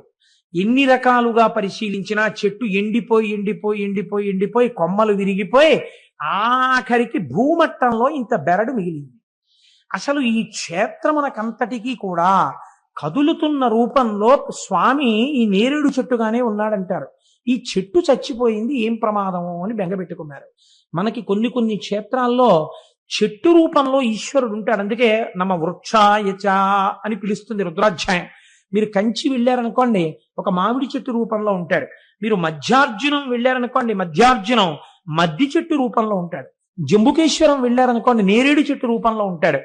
పైగా నేరేడు చెట్టు యొక్క మొదట ఒక ఏనుగు, ఒక సాలెపురుగు, ఒక శివలింగాన్ని పూజ చేస్తున్నటువంటి గుర్తులు ఉన్నాయి. ఈ నేరేడు చెట్టు చచ్చిపోతే ఎలా అని బెంగపెట్టుకున్నారు. ఇంత బెరడు మిగిలిన తరువాత రుద్రాధ్యాయము ఎంత గొప్పదో నిరూపిస్తూ ఒక ఆశ్చర్యకరమైన సంఘటన జరిగింది. ఈ చెట్టు శివస్వరూపము కనుక ఇది చిగర్చడానికి మనం చేసిన ప్రయత్నాలన్నీ విఫలమైపోయాయి కనుక ఇప్పుడు మీరు దాని మీద పట్టుకెళ్ళి నెయ్యి, పాలు, పెరుగు, పళ్ళరసాలు అన్నీ కూడా పోసేశారనుకోండి, ఉన్న ముక్క కూడా కుళ్ళిపోతుంది కదండి. వాళ్ళేం నమ్మారంటే ఇంకా ఇంతకన్నా బ్రహ్మాస్త్రం మన దగ్గర లేదు. ఇప్పుడు పదార్థాలని వేస్తున్నది పదార్థాలుగా కాదు, రుద్రాధ్యాయాన్ని అనుసంధానం చేస్తూ మనం అభిషేకం చేస్తున్నాం. మనం అలా అభిషేకం చేద్దాం. బతికిందా, బతికి తీరాలి ఈ చెట్టు. బతక లేదా ఇంకింతకన్నా మన దగ్గర అస్త్రం లేదు. మన వల్ల ఏదో అపరాధం జరిగిపోయింది. దానికి రుద్రాభిషేకం చేసేసారు అన్ని పదార్థాలతోటి. మీకు ఒక ఆశ్చర్యకరమైన సంఘటన తెలుసా? ఆ రాత్రి తలుపులు వేసి అర్చకులు వెళ్లి మర్నాడు తలుపులు తీశారు. బెరడుకి ఆకుపచ్చతనం వచ్చి చిగర్చింది. ఇప్పుడు ఎంత పెద్ద నేరేడు చెట్టు ఉంది. ఇప్పుడు మీరు జంబుకేశ్వరం వెడితే పెద్ద నేరేడు చెట్టు కనపడుతుంది. మళ్ళీ ఆ చెట్టు మొదట్లో ఒక సాలెపురుగు, ఒక పాము ఉంటాయి. ఎందుకుంటాయో తెలుసా అండి? శ్రీకాళహస్తిలాగే అక్కడ కూడా పూర్వం అక్కడ జంబు మహర్షి తపస్సు చేసినప్పుడు పెద్ద ఆలయం ఉండేది కాదు. ఒక సాలెపురుగు ప్రతిరోజు వచ్చి ఆ శివలింగం మీద ఒక గూడు అల్లేది. అల్లి నేను స్వామికి వస్త్రం కట్టాననుకుని మురిసిపోయాను. ఏనుగులు చాలా ఉండేవన్నీ నేరేడు వనాలు. ఆ నేరేడు తోటల్లో తిరుగుతుండేవి ఆ ఏనుగులు. ఒక ఏనుగు రోజు కావేరీ నదీ జలాలు తన తొండ నిండా పుచ్చుకుని, ఎక్కడి సంస్కారమో ఎవరికి తెలుసండి? జీవుడి సంస్కారాలు మనం చెప్పలేం. నేను ఇవాళ పొద్దున్న ఒక పిల్లవాడికి అక్షరాభ్యాసం చేశాను. ఆ పిల్లవాడు 7వ నెలలో పుట్టేశాట. 7వ నెలలో పుట్టేసినటువంటి పిల్లవాడు కాబట్టి బతుకుతాడు అనుకోలేదు. ఏదో గాజు పేటికలలో పెట్టి 6,000 రూపాయల ఇంజక్షన్లు ఇచ్చేవారు. ఆ పిల్లవాడు బతికాడు. వాడు చిత్రం ఏమిటో తెలుసా అండి? వాడు ఇంతప్పటి నుంచి బొట్టు లేకపోతే వాడు ఒప్పుకోడు. వాడికి ఇంకా మాటలు సరిగ్గా రావు. బొత్తు బొత్తు అంటాడు. వాడికి బొట్టు కానీ కొంచెం ఇలా చెరిగితే వాడు ప్రత్యేకం అద్దం దగ్గరికి వెళ్ళి నిలబడి చూసుకుంటూ ఉంటాడు. నేను హైదరాబాద్లో వాళ్ళ ఇంటికి వెళ్ళినప్పుడు చూశాను. వాడికి బొట్టు కొంచెం కరిగితే వాడు వాళ్ళ అమ్మ దగ్గరికి వచ్చి, అమ్మ బొత్తెత్తు, అమ్మ బొత్తెత్తు, అమ్మ బొత్తెత్తు అంటాడు. వాళ్ళ అమ్మ ఉండరా కాసేపు అంటే గబగబా వెళ్ళి డ్రెస్సింగ్ టేబుల్ లాకేసి తిలకం సీసా తెచ్చేస్తాడు. తెచ్చి అమ్మ బొత్తెత్తు, అమ్మ బొత్తెత్తు అంటాడు. అని వాడు తిలకం బొట్టు ఎట్టుకుంటాడు. అంత చిన్న పిల్లవాడిని నేను బొట్టు లేకుండా ఎన్నడూ చూడలేదు. బహుశా నేను అనుకుంటున్నాను వాళ్ళ అమ్మమ్మ గారు ఏర్పాటు చేసిన సంస్కార బలం. ఆ పిల్లవాడు 7వ నెలలో పుట్టేస్తే రోజు భగవాన్ రమణుల నామం చెప్తూ కూర్చునేవారు ఆవిడ. ఆ పిల్లవాడికి మొట్టమొదట పాలు తాగించినప్పుడు కూడా వాడు తాగకపోతే వాడికి రమణ తాతయ్య వచ్చారు, అరుణాచలం నుంచి వచ్చారు, నీకు పాలు ఇవ్వడానికి వచ్చారు అంటే వాడు గుడగుడు తాగిచ్చాడు. ఇవాళ నేను వాడికి అక్షరాభ్యాసం చేయడానికి వెడితే, ఒరే నీ పేరేమిటన్నాను, రమణ అన్నాడు. మీ అన్నయ్య పేరేమిటన్నాను, అన్న రమణ. మీ తాతగారి పేరేమిటన్నాను, తాత రమణ. ఈ తాతగారి పేరేమిటన్నాను, ఈ తాత రమణ. నేనెవరన్నాను, నువ్వో రమణ, మీరో రమణ, అమ్మమ్మ రమణ, తమ్ముడు రమణ, ఫ్రెండ్ రమణ. వాడు ఎవరైనా సరే రమణ కలుపుతాడు. ఎక్కడి నుంచి వచ్చిందంటారు ఆ సంస్కారం? అటువంటి వాడికి అక్షరాభ్యాసం చేసి నా జన్మ ధన్యమైంది అనుకున్నాను. కనుక ఎవరికి జీవుడికి ఎటువంటి సంస్కారాలు ఉంటాయో మనకి తెలియదు. బొట్టు పెట్టుకోండర్రా అంటే పెట్టుకోకుండా ఉండేటటువంటి వాళ్ళు కోట్ల సంఖ్యలో ఉంటే, ఒక పసిపిల్లవాడు లలాటమునందు బొట్టు లేకుండా ఎప్పుడూ ఉండడు. వాడు నిద్రపోతున్నప్పుడు తిలకం బొట్టు ఉంటుంది. వాడు నిద్ర లేవగానే ముందు అద్దం దగ్గరికి వెళ్ళి బొట్టుందో లేదో చూసుకుంటాడు. అమ్మ మొహం కడగగానే తిలకం సీసా పట్టుకొచ్చేసి అమ్మ బొత్తెత్తు, అమ్మ బొత్తెత్తు అంటాడు. అసలు బొట్టు లేకుండా వాడి మొహం కనపడదు. ఏమనుకోవాలి వాడి సంస్కార బలాన్ని? ఒక్కొక్కరి సంస్కారం అలా ఉంటుంది. ఒక ఏనుగు తొండంతో నీళ్లు తెస్తే మీకు ఎందుకు అనుమానం ఉండాలి? మీకు కావాలంటే నేను ఇవాళ వాడు లేడు, కాపవరం వెళ్ళాడు, లేకపోతే వాడిని నేను వేదిక మీదకి తీసుకొచ్చి చూపించుండేవాడిని వాళ్ళు మీ అందరికీ కూడా. కాబట్టి ఆ ఏనుగు తొండంతో నీళ్లు తెచ్చి శివలింగం మీద పోసేసేది తొండం ఎత్తి. ఈ నీళ్లు పోసేసేటప్పుడు ఆ సాలెగూడు ఈ నీళ్లలో కొట్టుకుపోయేది. ఈ ఏనుగు వస్తుండగానే ఆ సాలెపురుగు గబగబా నేరేడు చెట్టు ఎక్కేసేది.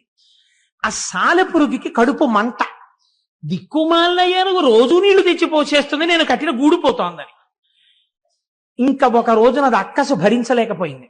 ఆ ఏనుగు వచ్చి నీళ్లు పోయిగానే దాని తొండంలోకి వెళ్ళింది. సాలెపురుగు యొక్క విషం చాలా ప్రమాదకరమైన ఆయుర్వేదం అంటుంది. అది దాంట్లోకి వెళ్ళి ఆ తొండాన్ని శుభ్రంగా కుట్టేసింది. ఆ ఏనుగు తొండాన్ని బాదుకుని చచ్చిపోయింది. సాలెపురుగు కూడా నా కక్ష తీరిపోయింది అనుకుంటూ చచ్చిపోయింది. ఇద్దరూ చచ్చిపోయారు. కానీ శివార్చన యందు నాకు అడ్డొచ్చిన వాణ్ణి సంపాతల పారేశాననుకుంటూ చచ్చిపోయిన సాలెపురుగు క్రోధంతో చచ్చిపోయిందా లేదా? చచ్చిపోయింది. కానీ వచ్చే జన్మలో ఏమై పుట్టిందో తెలుసా అండి? ద్రవిడ దేశమునందు ఒక గొప్ప రాజై పుట్టింది. ఆయన పేరు కొచ్చంగ చోళుడు. కొచ్చంగ చోళుడు అంటే రక్తాక్ష చోళుడు అంటారు. కిరీటము తల మీద ఉన్నవాడు, ఎర్రని కన్నులున్నవాడు. ఈ కొచ్చంగ చోళుడు ఎన్ని శివాలయాలో దగ్గరగా 700 శివాలయాలని ఆయన పునర్నిర్మాణం చేశాడు. పూజాధికాలు జరిగేటట్టుగా 700 శివాలయాలకి చేసినప్పుడు ఇలా ఎవరైనా తమిళనాట దేవాలయాలకి సేవ చేస్తే వాళ్ళు దాన్ని తిరుపణి అని పిలుస్తూ ఉంటారు. ఈ కొచ్చంగ చోళుడు చేసినటువంటి ఈ సేవని మాత్రం వాళ్ళు యానయ్యారా తిరుప్పణి అని పిలిచేవారు. ఎందుకో తెలుసా అండి? 700 శివాలయాలు కట్టినప్పుడు కూడా పునర్నిర్మాణంలో ఆయన ఎందుకు అలా ప్లాన్ గీయించేవాడో తెలియదు. ఏనుగులు దూరని శివాలయాలు కట్టించాడు. ఆ ఊరికి ఏనుగు రాకపోయినా సరే ఏనుగు లోపలికి వెళ్ళలేదు, అలాంటి గుళ్ళు కట్టాడు. ఎక్కడిదో తెలుసా అండి క్రోధం? సాలెపురుగు.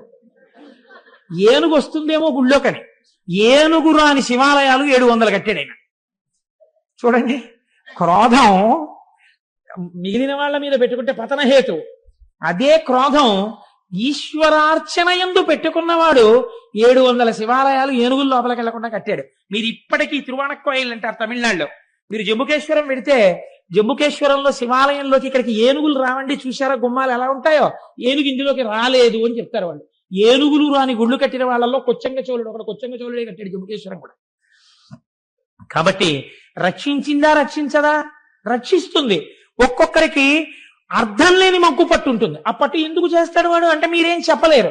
ఇవన్నీ మీరు మామూలుగా పురాణ కథని అలా చందమామ తిరిగి వేసినట్టు తిరగేసారనుకోండి, అబ్బెబ్బే they don't stand for the reason అండి. ఏమిటంటే ఈ కథలు అంటారు. కాదు, మీరు సమన్వయం చేసుకోవాలి. చాలా జాగ్రత్తగా, ఋషులు అనవసరంగా చెప్పరు. దీని వెనక హేతువేది మీరు జాగ్రత్తగా సమన్వయం చేసి చదివితే మీకు అర్థం అవుతుంది. మీరు ఇవి నేను ఎందుకు చెప్తున్నానో తెలుసా అండి? మీరు కేదార దర్శనం చేసేటప్పుడు మీకు విస్ఫురణలోకి రావాలి. లేకపోతే అక్కడ ఒక గేది కింద పరిగెడుతుంటే పాండవులు పట్టుకున్నారండి, తోక ఊడిపోయి శివలింగం అయిందని నేను చెప్పాను అనుకోండి ఒక పద్యం. ఏమిటండి ఇది, తోక ఊడిపోయి శివలింగం అవడం ఏంటండి అంటారు. నేను దానికోసం ఈ నేపథ్యాన్ని వేస్తున్నాను. బాగా నాటుకోవాలన్నది నా తాపత్రయం. నాకేం చేతకపోయినా, నాకే లేకపోయినా. కానీ మీరు చూడండి, ఒక్కొక్కడికి శివారాధన యందు మూర్ఖత్వం ఉంటుంది, లేదా ఈశ్వరారాధన యందు మూర్ఖత్వం ఉంటుంది. మామూలు మూర్ఖత్వం చాలా ప్రమాదకరం. మూర్ఖజన చిత్తము తెల్పన సాక్ష్యమేరికి అంటాడు భర్తృహరి. మూర్ఖుడిని ఎవడు బాగు చేయలేడు రాన్నాడే. కానీ శివార్చన యందు, ఈశ్వరార్చన యందు, ఇది విష్ణు స్వరూపం కానివ్వండి, శివస్వరూపం కానివ్వండి, మూర్ఖత్వంతో ఉన్నా సరే రక్షించేస్తుందండి. మీకు నేను ఒక ఉదాహరణ చెప్తాను. మనకున్న నాయనార్లలో దండి అడిగల నాయనార్ అని ఒక నాయనారు ఉన్నారు. ఈయనకి 2 కళ్ళు లేవు. ఈ దండి అడిగల నాయనార్ దగ్గరికి వెళ్ళి ఎవరో చెప్పారు, అయా శివాలయం పక్కనున్నటువంటి తటాకాన్ని ఆ రోజులలో శివార్చనని అంగీకరించినటువంటి మతస్థులు, పేర్లు చెప్తే మళ్ళీ లేనిపోని ఇబ్బందులు ఎందుకు వచ్చిందని, అన్య మతస్థులు తటాకాన్ని కప్పెట్టేస్తున్నారని చెప్పారు. నాకా 2 కళ్ళు లేవు, నేను వెళ్ళి ఏం తవ్వుతాను అని ఆయన అనుకునేవాడు కాదు. రాత్రి వాళ్ళు పనిచేయరు కదా, వాళ్ళు ఎంత కప్పెట్టేశారో నేనంతా మళ్ళీ తవ్వేస్తానని ఈయన గుణపం పారా పట్టుకుని అందులో దిగిపోయేవాడు. వాళ్ళు కొన్ని 100 మంది కలిసి కప్పెట్టేవారు. ఈయన ఒక్కడు అంధుడు దిగేవాడు. దిగి పారతో వేసేసి, అది ఎటు వేస్తున్నాడో కూడా తెలియదు ఆయనకి పాపం, తడుముకుంటూ వెళ్ళి పైన వేసేసి నేను మళ్ళీ శివుడికి తటాకం తవ్వేస్తున్నాను అనేవాడు. ఒక రోజు తెల్లవారిపోయిందని తెలుస్తుందా? తెలియదు ఆయనకు, అంధుడు. అన్యమతస్థులు వచ్చేసి చూశారు. ఓరి గుడ్డివాడా, అంధుడా, మేము కప్పెట్టే తటాకాన్ని నువ్వు తవ్వగలిగిన మొనగాడివా? నువ్వు తవ్వుతావురా అంధుడివి అన్నాడు. ఆయనకి ఎక్కడ లేని కోపం వచ్చేసింది, మూర్ఖత్వం వచ్చేసింది ఆ కోపంలోంచి. ఏమన్నారా నన్ను అంధుడన్నారా? మా స్వామే కనుక ఉన్నది నిజమైతే రేపు ఇవాళ రాత్రి మళ్ళీ నేను తటాకం తవ్వడానికి వస్తాను కదా, నా కళ్ళు కనపడాలి, మీ కళ్ళు పోవాలన్నాడు. ఎంత చిత్రమైన మాట చూడండి, మూర్ఖత్వంతో అన్నాడు అంతే ఆ మాట. వాళ్ళు పెద్ద పరిహాసం చేశారు, నోరు మొయ్యి, రాత్రికి మళ్ళీ తటాకం తవ్వుతావా, మా కళ్ళు పోతాయి నీ కళ్ళు వస్తాయా, అది చూద్దామని మళ్ళీ కప్పెట్టారు. కప్పెట్టి వెళ్ళిపోయారు. మళ్ళీ రాత్రి వచ్చారు, కిందకి దిగాడు, దిగి గుణపం పారా పట్టుకున్నాడు.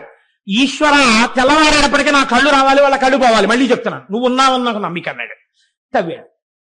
ఇప్పుడు ఈశ్వరుడు సంకటంలో పడ్డాడు. మహాభక్తుడు అన్నమాట నిజం చేసి తీరాలి, నచ్చ చెప్తే విండవు. కాబట్టి తెల్లవారుతోంది, ఈయనకి కళ్ళు వచ్చాయి, వాళ్ళకి కళ్ళు పోయి, అందరికీ కళ్ళు పోయి. ఈ విషయం మహారాజుకు తెలిసింది. రాజు స్వయంగా బయలుదేరి వచ్చాడు. ఇన్నాళ్ళు వీళ్ళు చేసినదంతా అసత్య ప్రచారం కనుక వీళ్ళ నాలుకలు కూడా కోసేయండి. ఇప్పుడు వాళ్ళు తడుముకుంటూ వీళ్ళని ఈ రాజ్యంలో ఉండకుండా రాజ్యం బహిష్కారం చెయ్యండి, నిష్కారణంగా వీళ్ళ మాటలు నమ్మి నేను ఎన్నో దేవాలయాలు మూశాను, కోనేరులు కప్పెట్టాను, కాబట్టి వీళ్ళని బయటికి తోసేయండి, నా చేత పాపం చేయించారన్నాడు. వాళ్ళు తడుముకుంటూ రాజ్యంలోంచి బయటికి వెళ్ళిపోయారు.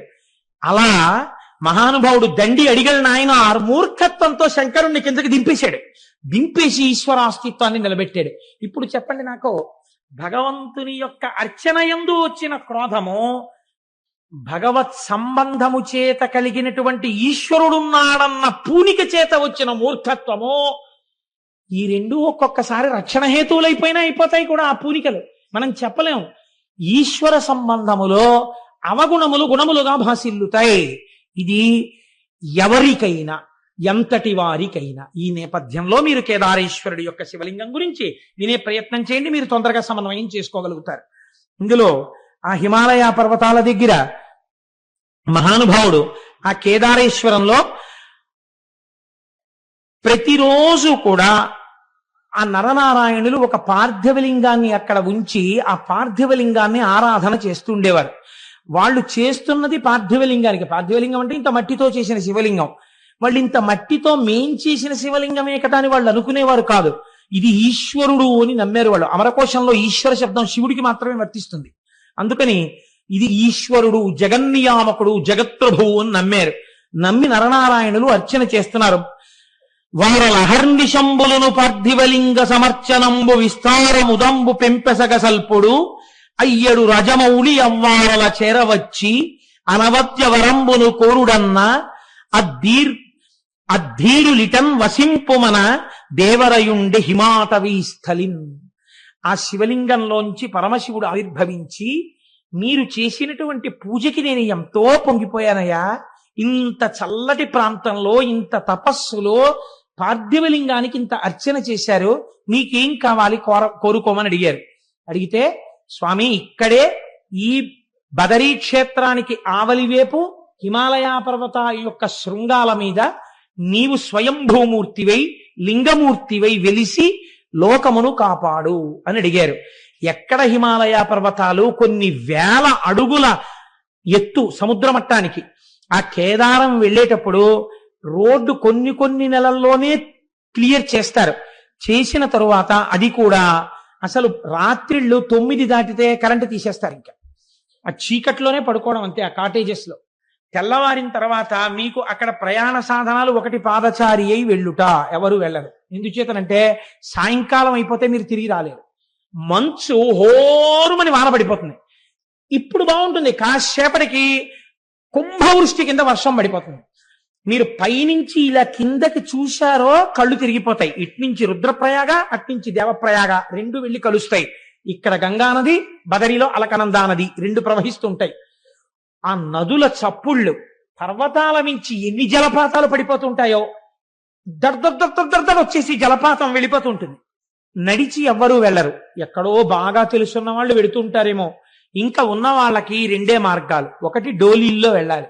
డోలీల్లో వెళ్ళడానికి నాబోటి గండి ఎక్కించుకోరు. ఎందుకు ఎక్కించుకోరంటే కుర్చీ చిన్నదిగా ఉంటుంది. నేను డోలీలో వెళ్ళిపోదాం అనుకున్నాను, వాళ్ళు నన్ను చూసి గుర్రం ఎక్కన్నారు. నాకేం భయం లేదు, ఉన్నమాట ఉన్నట్టు చెప్పాను.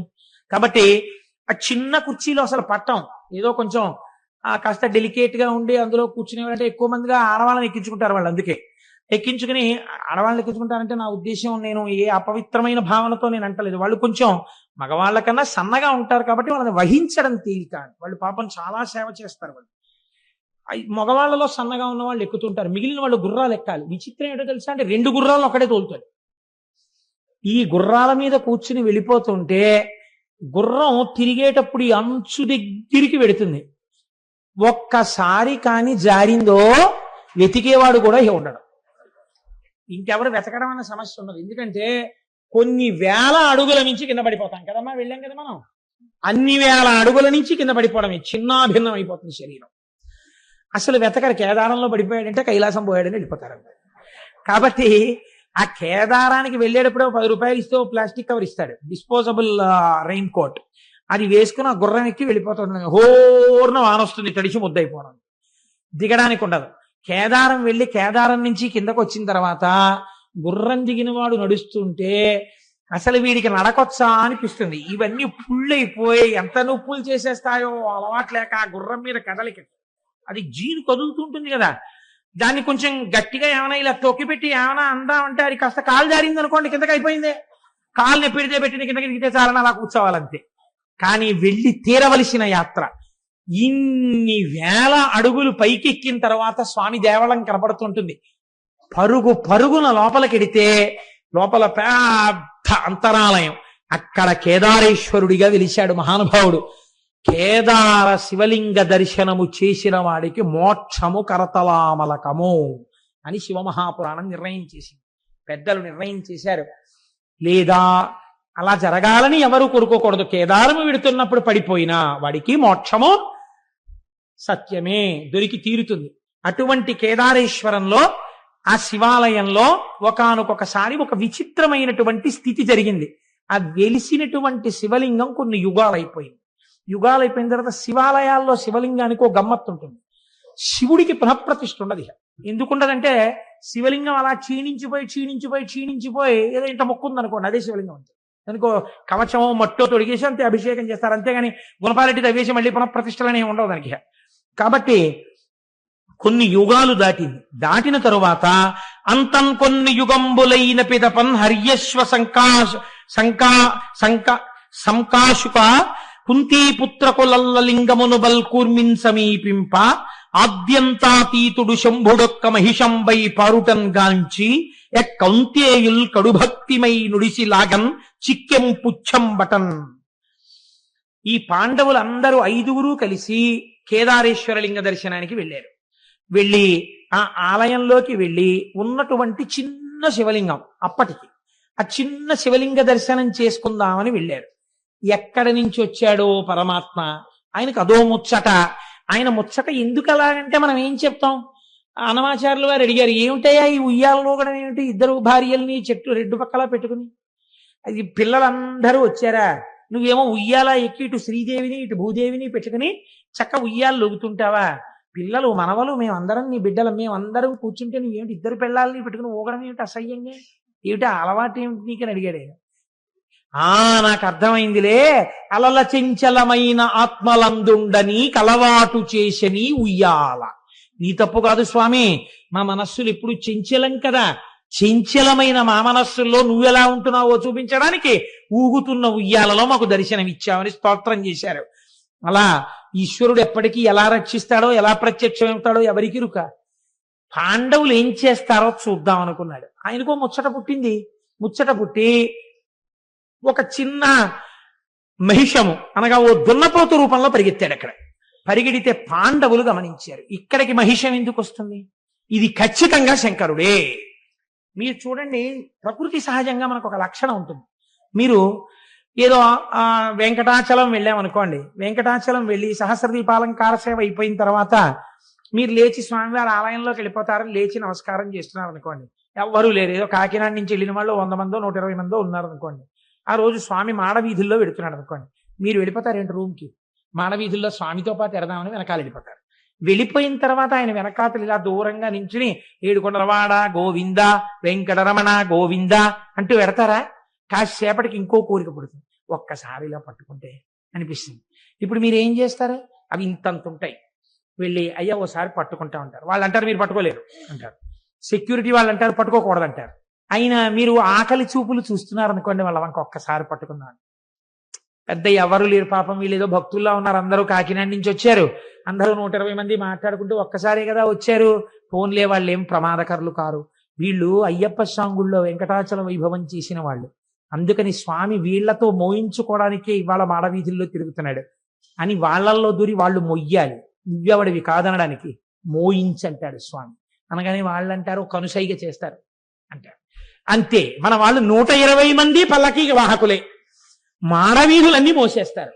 ఇది యథార్థంగా జరిగింది మేము వెంకటాచలం. అమ్మా జరిగిందా లేదా?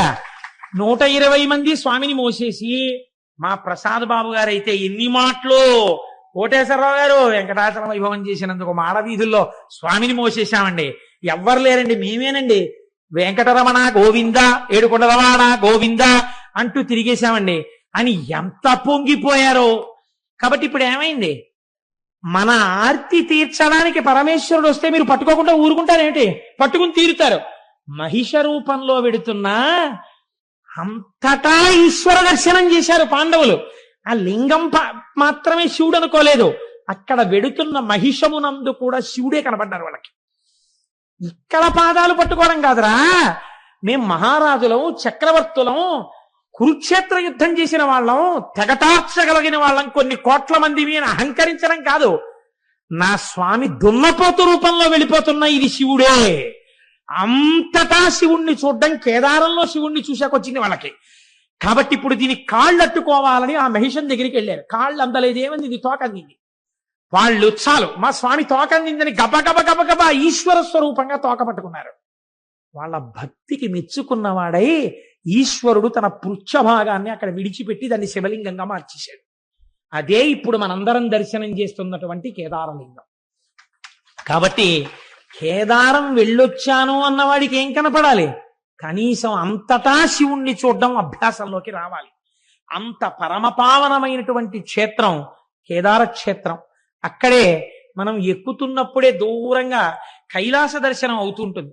అదిగో కైలాసం కనపడుతోంది చూడండి అంటారు. ఆ మంచుకొండ చాలా విచిత్రంగా కైలాసంలాగే భాషిస్తుంటుంది. నిజంగా వర్షం ఆగి సూర్యకిరణాలు పడుతుంటే ఎంత అందంగా ఉంటుందో. నిజంగా కైలాసానికి సమీపానికి వెళ్ళి వచ్చినట్టే. కొందరేం నమ్ముతారంటే శంకర భగవత్పాదాచార్య స్వామి వారు అక్కడే తన సత్యదండాన్ని విడిచిపెట్టేశారు అని నమ్ముతారు. అక్కడ ఒక పెద్ద శంకరుల సత్యదండం యొక్క ఫోటో ఉంటుంది, అక్కడే ఒక చిన్న ఆలయం కూడా ఉంటుంది. కాబట్టి కేదారము అంత గొప్ప క్షేత్రము. ఇవాల్టి రోజున మనం ఈశ్వరానుగ్రహం చేత ఉజ్జయిని వెళ్ళాం, మహాకాళ దర్శనం చేసుకున్నాం.